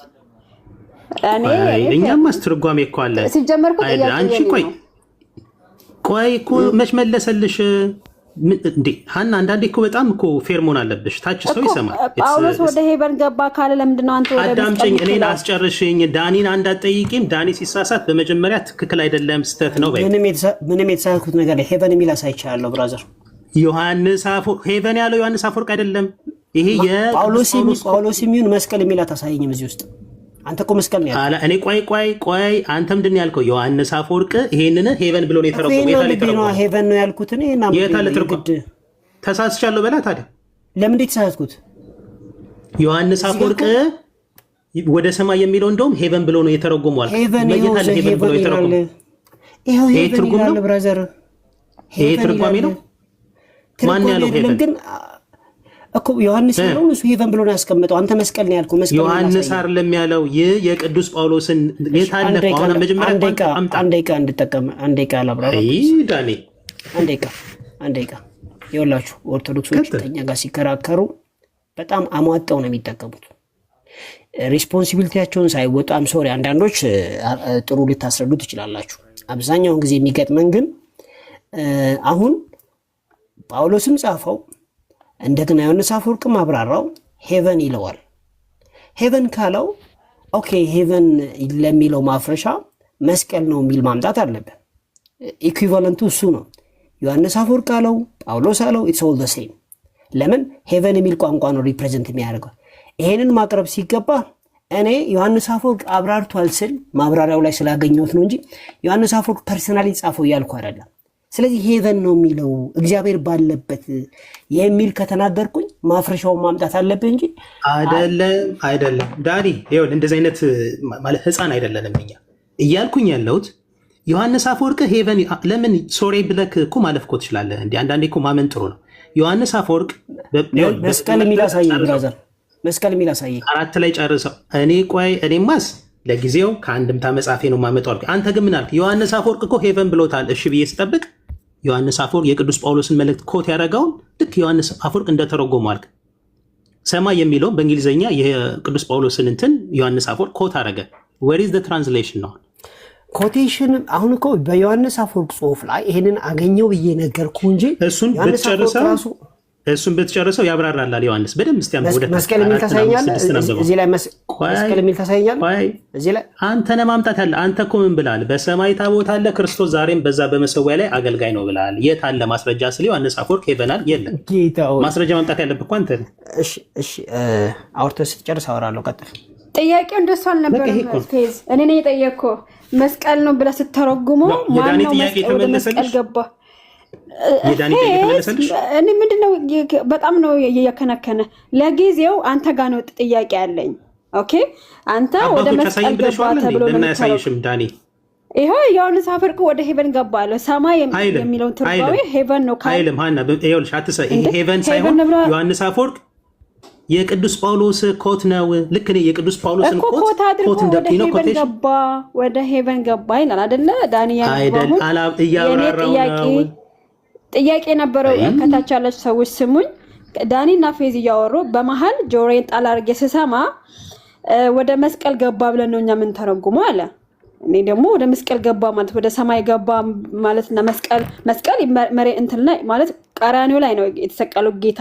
ቀራንዮ ከመቼ ወዲህ ነው ሰማይ የሆነው ብዬ ፌዝ ላይ ጥያቄ ሳቀር ለምንድነው ዳኒ ማማጠይቀው? እኔ ብቻ ነው የምጠየቀው እያለኝ ነው። ከዛ ዳኒ አይ ቅዱስ ዮሐንስ አፈወርቅ ሄቨን ብሎ ነው የተረጎመው ብሎ ሲናገር አይ ያ ቅዱስ ጳውሎስ እንትን ነው ከዛ ወስዶ ነው ያ ከዛ ወስዶ ቢሆንም ግን ሰማይ የሚለውን ትርጉም ሄቨን ወደ ሄቨን ገባ እንጂ ወደ መስቀል ወደ ክሮስ ገባ አይልም አላለም። ይሄን ነው ጥያቄ። በግድ ከዳኒ ጋር ተጨቃጨቅ ከሆነ ለጊዜው ጥያቄ የለኝም። ዳኒ ላይ ሲኖር እጠይቀዋለሁ። ያ ቆይ አንቺ የዳኒ ምንም ይበል አሁን ባይ ዘ ዌይ ተቀብለሽዋል። ዳኒ በሰማይ ታቦት አለ፣ መሰዊያ አለ፣ ክርስቶስ በዚያ ያገለግላል ብሏል። ተቀብለሽዋል። ዳኒ ከአባቶች አልፍ የለም። መች አብራራው ቅዱስ ዮሐንስ አፈወርቅ? መጀመሪያ የቅዱስ ጳውሎስን ያንን ቨርስ ኮት አደረገ። እያብራራው እኮ ነው። መች ጨረሰው አንብቡ። በቃ ፌዝ እንጨርሰን በለኝ። አምጣልኝ ከአባቶች ወደ መስቀል ገባ ብለው የተረጎሙ አባት አምጣልኝ። ከዛ እንተማመን። ብታመጣልኝ ከሆነ ምን ለጊዜው አይደለም እንደዛ ብሎ የምትረጉማለ ማለት ነው። እንደ እንትን ወስደዋለሁ። ስለዚህ አምጣልኝ። ምንም ችግር አሁን ቆይ አዳም ለጊዜው እኔ ምን ብዬሻለሁ? አይ አዳምጪኝ እንጂ እንዴ አንቺ እኮ ሀና የምትገርሚ አትረጂም እኮ ነገሩ ሳትረጂ ጀስት በቃ ፖለቲክስ ነው ይመስላል። ሳልረዳ እንዴት ጥያቄ ባይዘው ጥያቄ የሚጠይቅ ሰው የሚረዳ ሰው ነው። የማይረዳ ሰው ጥያቄ ራሱ አይጠይቅም። ምን ተረዳሽ? ምን ተረዳሽ? አሁን ከሐሳባችን የዳኒን ሐሳብ ተረድተሽ ነው? የተረዳሁት ምንድነው ክርስቶስ ወደ መስቀል ገባ አይልም። ወደ ሰማይ ወደ ቅዱስ ገባ ነው እንጂ ምለው ወደ መስቀል ገባ የሚል ነገር የለም። መስቀል ምድር ላይ በቀራኒው መስቀል ላይ እሱ ሰማይ አይደለም መሬት ላይ ነው መስቀሉ። ስለዚህ እኔ አባቶች እንደዛ ብለው ከተረጎሙት ምናልባት ልቀበል ስለምችል እስኪ ወደ መስቀል ገባ ብሎ የተረጎመ እስኪ ከአባቶች ብትሰጠኝ ብዬ ነው። ካለ ስጠኝ ካልሆነ ግን ግልጽ የሚያደርገው ይህንን እኮ መቼ ገባ የሚለውን ስንመልስ ነው። መቼ ነው የገባው? አሁን ወደ ሰማይ ገባ የሚለው ከመስቀል በኋላ ገባ እያላችሁ ነው የምትተረጉሙት። አሁን እሱን መፍታት ያስፈልጋል አለ ለእኛም ለእናንተም ክሊር የሚያደርገው አምናሰ እናንተ ሮንግ ናችሁ ናን ሳይሆን እናንተ ማስረዳት የሚኖርባችሁ ወደ ሰማይ ገባ የሚለውን ከመስቀል በኋላ ገባ እያላችሁ ነው ወይስ ደግሞ መስቀል ላይ ሲሞት የዛኔ ገባ እያላችሁ ነው? እሱ ግልጽ ካረጋችሁት አይ ቲንክ እንግባባለን ብዬ አስባለሁ። ሌላ ቦታ አገኘውልህ እዚህ ጋር የአሁኑ ጥቅስ ሲያብራራው but if now for us Christ entered into heaven itself ክርስቶስ ስለኛ ሲል ወደ ገነት ከገባ ይላል። heaven itself ኮት አድርጎ አይደለም፣ ልብ አድርግ። though he was even before and always Lord and the framer of heaven ምንም እንኳን ጌታ ቢሆንና የገነትም ወይም ደግሞ የሰማይ የተባለው የሱ ፈጣሪ ቢሆንም for us therefore is the present exaltation written ስለዚህ ለኛ ጌታ ግን የመነሳችን የተጻፈ ግን የመነሳታችንም ኤግዛልት የምንደረግበት ነው እያለ ያለው። ስለዚህ ይሄን ፓራፍሬዝ ተቀበላላ ተቀበልም ብራዘር ቆይ አይደለም የምታሳየኝ አንተ የምታሳየኝ ወደ ሰማይ ገባ ሲል ልክ እንዳልከው መሰዊያው በሰማይ አለ ታቦት ያልከውን ክርስቶስ በዛ ያገለግላል ሊቀ ካህናት ሆኖ የሚለውን የምታሳየኝ ወደ ሌላ እንሄድ ከዛም እንቀጥላለን። አሳየሱ ሸሸን ይባላል። በነገራችን ላይ በሰማይ ታቦት እንዳለ እዚህ ጋር መጽሐፉ ራሱ በአማርኛ አንብቤልሃለሁ። በሰማይ ያለው የእግዚአብሔር መቅደስ ተከፈተ ይላል። ሰማይ እንግዲህ መቼ መሬት አይደለም። የኪዳኑ ታቦትን በመቅደሱ ታየ። ታቦት የተባለው ሳጥኑ ነው። እሺ ይሄ እናንተ የምትይዙት አይደለም። መብረቅና ድምፅም ነጎድጓድም የምድር መናወጥ ታላቅ ነበር ይላል። ስለዚህ እዚህ ጋር በሰማይ ቤተ መቅደስ እንዳለ ታቦት እንዳለ ተጽፏል። እዚህ ጋር በሰማይ ያለው የእግዚአብሔር ቤተ መቅደስ ወይም የእግዚአብሔር መቅደስ ተከፈተ ይላል እዚህ ጋር። ስለዚህ የለም ማለት ትችላለህ። መጽሐፉ ግን አለ ይላል ብራዘር። እሺ አይደለም እኔ መጽሐፉን አንተ ከዚህ በላይ ማውራት አይጠበቅብኝ። መጽሐፉ 29 ላይ 24 ላይ ወደ ሰማይ ገባ ሲል መስዋዕቱን ለማቅረብ ነው አይደል? ወንድማችን እኮ ወደ መስቀል ገባ እያለህ ነው። ኦኬ መስዋዕቱን ስንት ጊዜ ነው ያቀረበው? አንድ ጊዜ ነው ያቀረበው። ምን 2-3 ያቀረበው አንድ ጊዜ ነው። መስዋዕቱ የቀረበው መስቀል ላይ ነው። መስዋዕቱ የሆነ መስቀል ላይ ነው ክርስቶስ። ታዲያ ለምን ነው የገባው? መስዋዕቱ የቀረበበትን እኮ ነው እያወራ ያለው። ቁጥር 24 እና 25ን አንድ ላይ ስታነቢው ደግሞ 26ንም ስጨምሪበት እያወራ ያለው መስዋዕቱን ስለማቅረብ ነው። መስዋዕት ስለማቅረብ ነው እየተናገረ ያለው። ስለዚህ ሰማይ የሚለውን መስቀል ብለን አንተም እንደ ፌዝ ነህ የምትወስደው ሰማይ መስቀል ነው። አንቺ አሁን እሱ ላይ ክርክር ይኖራል። ዕብራዊ ጸሐፊ አይ አዳም እንትን ከሆነ ለምንድን ነው ዙሪያ ጥምጥም የሚሄደው? መስቀል ላይ ከሆነ መስቀል ላይ ገባለ። ለምን እንደዛ እንደሚባል ያለው? ኦኬ አንደኛ እየተናገረ ያለው ሁለት ነገር ኮምፔር እያደረገ ነው። የብሉይ ኪዳን ስርዓትንና የአዲስ ኪዳን ስርዓት ኮምፔር እያደረገ ነው። ይሄ አማናዊ እውነተኛ መሆኑን ሲገልጽ ወደ ሰማይ አላል። በብሉይ ኪዳን የነበረው ወደ ድንኳን ነው የሚገባው። ይህን ግን ከፍ ያለ ከዛኛው የሚበልጥ ትልቅ መሆኑን ሰማያዊ መስዋዕት መሆኑን ሲያመለክት ወደ ሰማይ ገባ ይላል። ስለዚህ ከፍ ያለ ለማመልከት መስቀል ላይ ከፍ ነው። እንትን ይሻላል። አንቺ አሁን እኮ አንቺ ማስረዳት ያለብሽ እየተነገረ ያለው በብሉይ ኪዳን መስዋዕትን ለማቅረብ መግባት አለ። ሁለቱን እያወዳደረ ስለሆነ አሁንም እንደማይገባ ለማመልከት አንድ ጊዜ ብሎ ይነግረናል። ደግሞ መስዋዕት ለማቅረብ አሁን ይታይ ዘንድ ነው የሚለው። አሁን ይታይ ዘንድ ወደ እርሷ ወደ ሰማይ ገባ ይልና ከዛው ቁጥር 25 ላይ ደግሞ ሊቀ ካህናት በየዓመቱ እኔ ምለው ለምንድን ነው ወደ መስቀል ገባ ብሎ የጻፈ አባት አንድን ማታመጣልኝ? ኧረ ቆይ እሺ ተረጋጋ ወንድሜ፣ ትርጓሜ ነው ያዝነው እና ተረጋጋ። አሁን ገብቶኛል። 24 ላይ እኛ ሰማይ ካሳየን እግዚአብሔር ወዳለበት ካል ወደ መስቀል ገባ የሚል አንድ አባት ነው። እሺ አንተ ለምሳሌ አንተ ወደ ሰማይ ገባ ሲል ከመስቀል በኋላ ነው የገባው የሚል እስኪ አንድ አባት አሳይ። አሁን በጣም ፌር መሆን ስላለብንና ኤነርጂ ኮንሰርቭ ማድረግ ስላለብን እኔ እኮ አልተከራከርኩም እኮ አልተከራከርኩም። ወደ መስቀል ገባ የሚል አባቶች ያምጣልን። እኔ እየነገርኩ ያለሁት ልንስማማበት ወደምንችለው መንገድ እያመጣው ነው ያለሁት። እናንተም የምታምኑት እዚህ ቦታ 9:24 ላይ አንድ ጊዜ መስዋዕቱን ስለማቅረብ ከሆነ እኛም አንድ ጊዜ መስዋዕቱን ስለማቅረብ ከሆነ ደን ሌላ ነገር የለውም እኮ አይደል? እውነት ነው። አንተም ትክክል ነህ። እኔም በዚህ ጉዳይ ላይ አንድ ጊዜ እንደሆነ እናምናለን። ወንድምህ ግን ወደ መስቀል ገባ ብሎ አጠፈው። ለምን ታጥፋለህ ሲባል ነው አንድ ጊዜ ነው መስዋዕት። አንድ ጊዜ ከዮሐንስ ላምጣ ይቅርታ፣ አንድ ጊዜ። ስለዚህ እዚህ ቦታ ላይ አንድ ጊዜ ስለማቅረብ ቪዲዮ ይክፈትልን። ወደ መስቀል ገባ የሚለውን ያሳያል። አዳም ይቀጥል። ከአዳም በኋላ ነው የማወራው። አዳም ይቀጥል። እኔ ለማሳየት የፈለግኩት ምን መሰለህ፣ እዚህ ቦታ ላይ አሁን ይታይ ዘንድ የሚለው መስዋዕት ስለማቅረብ ነው እየተናገረ ያለው። መስዋዕት ስለማቅረብ መሆኑን የምንረዳው ደግሞ ቁጥር 25 ላይ ባለው ቃል ነው። ቁጥር 25 ላይ ራሱን ብዙ ጊዜ ሊያቀርብ አልገባም ይላል እና ስለማቅረብ ነው እየተናገረ ያለው። እና ከተግባባን ለምንድን ነው የምንጨቃጨቀው? አንድ ጊዜ ስለማቅረብ ከሆነ አንተም አንድ ጊዜ ስለማቅረብ ነው። የምታወራ ከሆነ እኔ ምን አልኩኝ? የታቦትን ትርጉም እያወራው እያለ ወንድማችን ወደ መስቀል ነው የገባው እንጂ ወደ ሰማይቷ ኢየሩሳሌም የለም ምናምን። የታቦትን ትርጉም ላሳየ ነበር የገባውበት ምክንያት ራሱ እሱን ካፒውን ላነብልህ ፈልጌ ነበር የገባው። ከግሪኩ ነው ከአማርኛ ነው ታነብልኝ? የአማርኛውን የኢትዮጵያ ታቦት ስትል አውቀዋለሁ። አማርኛ ምንም አይጠቅመንም። ግሪኩ ነው አንተ ታዲያ አንተ በምትለው ትርጓሜ ነው እንዲ ቤተክርስቲያናችን ድሮ እኮ ታቦት የምትሉትን እናውቀዋለን። አሁን ጥፍ ብላችሁ መስዋዕት ላይ ተለጥፋችሁ። ለማንኛውም አንድ ጊዜ ቆይ ፌዝ በጣም ይቅርታ አድርግልኝና አንድ ጊዜ ይህንን አሳይቼ ልሂድ በጣም ስለረፈለብኝ እኔ አውቀዋለሁ። በቃል አታውቀውም። ትልቁ ላይ አድርግኝ አንድ ጊዜ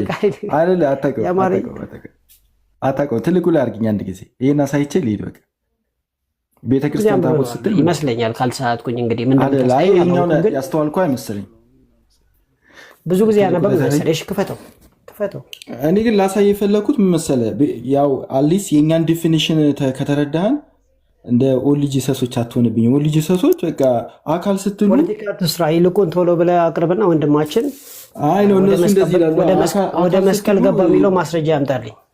አካል ስትሉ ይሄ በቃ እንትኑ ነው ምናምን ብለው ድርቅ ካሉ አይ እንደዛ እኔ ማሳየ አንድ አባት እንኳን ያምጣልን። እሺ እኔ ያልኩ ታቦት የሚለው ኦኬ፣ ታቦት እግዚአብሔር በደብረ ሲና 10ቱ ቃላት በላዩ ላይ ጽፎ ለሙሴ ለሰጠው ጽላት ማደሪያ ማኖሪያ ማለት ነው። ታቦቱ ማለት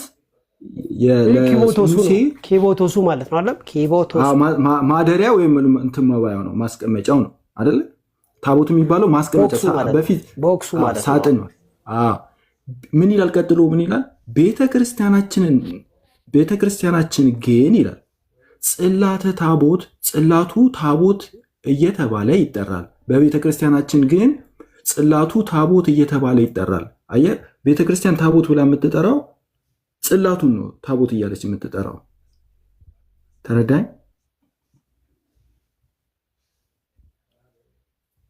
ተረድቻለሁ።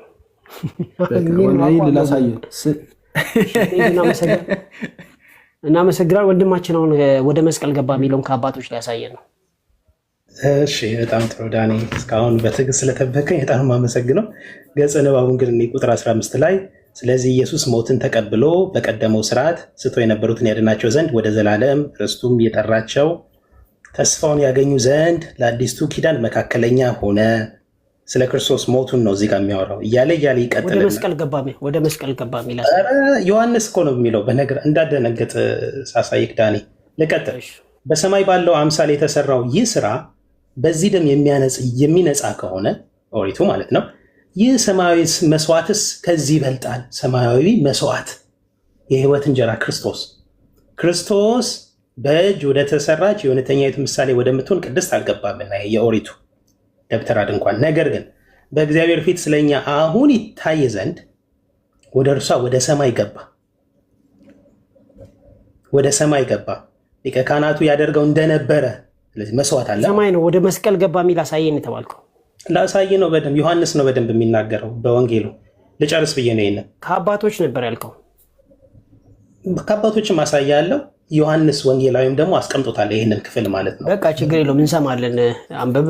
ወደ መስቀል ገባ አሳየን። ግን ይሄን ማብራሪያ ስላለብኝ ነው። በእጅ ወደ ተሰራች የእውነተኛይቱ ምሳሌ ወደምትሆን ቅድስት አልገባምና የሚለውን ኦኬ፣ ማብራራቱ ይቅርና ወደ ሀሳብ ልግባ። የዮሐንስ ወንጌል ወደ ሰማይ ገባ የሚለውን እሱን ያዝ። ሊቀ ካህናቱ ያደርገው እንደነበረ በየዓመቱም ደም ይዞ ወደ ቅድስት ይገባ እንደነበረ ዘወትር ራሱን የሚሰዋ አይደለም። ይህስ ባይሆን ዓለም ከተፈጠረ ጀምሮ ብዙ ጊዜ በሞትን አሁን ግን በዓለም ፍጻሜ አሁን ነው ማለት ነው። አሁን ግን አለ በዓለም ፍጻሜ ራሱን በመሰዋት ኃጢአትን ይሸራት ዘንድ አንድ ጊዜ ተገለጠ። ስለዚህ በዓለም ፍጻሜ ነው ማለት ነው። ክርስቶስ ገጸ ንባብ ማየት ስላለብን ነው። በዓለም ፍጻሜ ራሱን በመሰዋት ኃጢአትን ይሽራት ዘንድ አንድ ጊዜ ተገለጠ። በዓለም ፍጻሜ ምን ማለት ነው? አሁን ግን ይላል። አንተ እኮ ታለንትድ ነህ፣ ጊፍትድ ነህ ሚስ በማድረግ እሺ። አሁን ወደ ሰማይ ገባ የሚለውን መስቀል ለምን እንደሚሆን ልንገርህ። የቤተክርስቲያን አንድምታ የዮሐንስ ወንጌልን ይዛ ነው ሊቃውንት ቤተክርስቲያን የተረጎሙት። የዮሐንስ ወንጌል ምዕራፍ 12 ላይ የዮሐንስ ወንጌል ምዕራፍ 12 ወደ ሰማይ ገባ የሚለው መስቀል ለምን እንደሚሆን ነው ማሳይክ። የዮሐንስ ወንጌል ምዕራፍ 12 ከቁጥር 27 ጀምሮ ላንብብ። አሁንስ ነፍሴ ታወከች፣ ግን ምን እላለሁ? አባት ሆይ ከዚህ ሰዓት ነፍሴን አድናት። ነገር ግን ስለዚህ ነገር ለዚህ ሰዓት ደርሻለሁ። አባት ሆይ ልጅን አክብረው፣ ከሰማይም አከበርሁ፣ ደግሞም እንደገና አከብራለሁ የሚል ቃል መጣ። በዚያ ቆመው ይሰሙ የነበሩ ሕዝብ ግን ነጎድጓድ ነው አሉ። መልአክ ተናገረው ያሉም አሉ። ጌታችን ኢየሱስ መልሶ እንዲህ አላቸው፣ ይህ ቃል የመጣ ስለ እናንተ ነው እንጂ ስለ እኔ አይደለም። አሁን የዚህ ዓለም ፍርድ ደረሰ። ከቤቱ ጋር መሰለ የምታገናኝልኝ። አሁን ግን በዓለም ፍጻሜ ወደ መስቀል ገባ። ለትምህርት እኮ ነው ላሳየ ነው። አዳምጠኝ በደምብ። አሁን ወደ መስቀሉ ሊመጣ ነው ክርስቶስ። አሁን የዚህ ዓለም ፍርድ ደረሰ። ከእንግዲህስ ወዲህ የዚህን ዓለም ገዥ ወደ ውጭ አስወጥተው ይሰዱታል። እኔም ከምድር ከፍ ከፍ ካል ሁሉን ወደ እኔ ስባለሁ። ከምድር ከፍ ብዬ ወደ ሰማይ ሆኜ ከምድር ከፍ ከፍ ብዬ ሁሉን ወደ እኔ ስባለሁ። ይህንንም ያለ በምን አይነት ሞት ይሞት ዘንድ እንዳለው ሲያመለክታቸው ነው። በምን አይነት ሞት? ከፍ ከፍ ብሎ በሰማይ ከፍ ከፍ ብሎ በሰማይ በመስቀል ላይ ተሰቅሎ እንደዛ ይላል። አየክ ሊቃውንተ ቤተክርስቲያን ከየት ማምጥተውት አይደለም። ምን ይላል መሰለ? እኔም ከምድር ከፍ ከፍ ብዬ አሁን አሳየህ። አሁን መጽሐፉ ስለማይል ሂድና ከአባቶች አሳየን። አሁን እንዴት ምንድን ነው የምትለው? እኔም ከምድር ከፍ ከፍ ብዬ ወደ መስቀል ገባ። ሰማይ ከምድር ከፍ ከፍ ያለ ነው አይደለ? ሁሉን ወደ እኔ እስባለሁ አለ። ከአባቶች አሳየን። ይህንም ያለ በምን አይነት ሞት ይሞት ዘንድ እንዳለው ሲያመለክታቸው ነው። አንተ ግን እኔ ተሳስቼ በሆን እኮ አንተ ብራዘር መታሰቢያ ራሱ ታዘጋጃለህ። የዛሬ ዓመት አክብሮ ትለኛለህ። እንዲህ አይነት ስተብስ አይደለም። ምን መሰለ? ክርስቶስ አንድ ጊዜ ነው እየተገለጠ አልክ አይደለ? ክርስቶስ አንዴ እየተገለጠው በመስቀል ላይ ነው። ታዲያ በሰማይ ነው እየተገለጠ ወደ መስቀል ገባ የሚል አሳየኝ። ቆይ በሰማይ ተገለጠ ሲባል ስለዚህ ክርስቶስ አንዴ ነው የተገለጠ አለ። አባቶች አንድ ጊዜ ቆይ፣ በነገራችን ላይ የትኛው አባት ነው? የአባቱን ስም ጥራ እስቲ። አባቱ ዮሐንስ አፈወርቅ አያስፈልግም። አሁን ባይ ዘ ዌይ አባቶች ጋር መሄድ አያስፈልግም። ይሄ የቅዱስ ጳውሎስን መልእክት ከዮሐንስ ወንጌል ጋር አገናኘው። አባቶች ስላልጻፉ ነው። ቆይ አይደለም፣ ስላልጻፉ ነው። ለጊዜው ስለጻፉ ሳይሆን አሁን ይሄን ለመረዳት አሁን ያቀረብኩት መረጃ በቂ ነው። እኔን እርዳኝ። ኦኬ፣ እኔ አሁን ማወቅ ስለምፈልግ ነው። ስላልጻፉ ነው ወይንስ ጽፈው ግን አንተ ማቅረብ ስላልፈለግክ ነው? እኔ አሁን ኦኬ፣ አባቶች ይሄንን መስቀል ብለውታል የሚለውን አይቼ እመጣለሁ። በውስጥ እልክልሃለሁ። ለወደፊት ታያለህ። እስከዛሬ ድረስ ግን እንደጻፉ ታውቃለህ? አታውቅም? ምን አልከኝ? ኦኬ፣ አንተ ካገኘ አሳየን። ነው አንተ ነህ እንጂ የምታሳየው አንተ አይደለ እንዴ? በመስቀል ገባ ብለዋል አባቶች። እኔ አዳምጠኝ ዳኒ፣ በቃ ወይ ለመማማር አይደል? አንተ ወደ መስቀል ብለኸዋል አይደል? ዳኒ፣ አንተ ምን ብለህ ነው የምትረዳው? እሱ ንገረን። እኔማ ወደ ሰማይ ገባ ብዬ እኮ አሳየው። ሄቨን አልኩኝ እኮ ጌታ ወደ ሰማይ ገባማ ይላል። አንተ ወደ ሰማይ ገባ ይላል። አይ እሱ ሰማይ ማለት መስቀል ነው አለ እና ያሳየን። አንተስ ምን ብለህ ነው የምትለው? ወደ ሰማይ ስትል ወደ ሰማይ ብዬ ነው የምረዳው። እሱ ግን አይ ሰማይ ማለት መስቀል ነው አለ። ወደ ሰማይ ማለት አንተ ወደ ሰማይ ብለህ ነው። ወደ ሰማይ መቼ ነው? ሰማይ ከተባለ ሄቨን ከተባለ ሄቨን ነው። አትጠይቀኝ አሁን እሱ ይመልስና ከዛ በኋላ እሱ እኮ የእሱ ነገር አይደል? አሁን ክርክር ስለሆነ እኮ ነው። ይቅርታ እኮ ከመለሰ እሱ አባቶች ብዙ አሉ ስላለ ያሳየኝ። ከአባቶች አንተ ለምን ትሸፍንለታለህ? አባቶች ወደ ሰማይ የሚለው ምን ብለው አሉት? ከይቅርታ ሄቨን ዮሐንስ አፈወርቅ ለምሳሌ ሄቨን ብሎታል። አለቀ። አላለም። ከውት ነው ያ ችግር የለውም። በቃ መስቀል ያለ አንድ አባት አምጣልኝ። ያየው ችግሩ ምንድን ነው ታውቃለህ? እሱ መስቀል አለ፣ አንተ ደግሞ ማለት ነው ወደ ሰማይ የሚለውን እሱን አልተረጉመውም ማለት።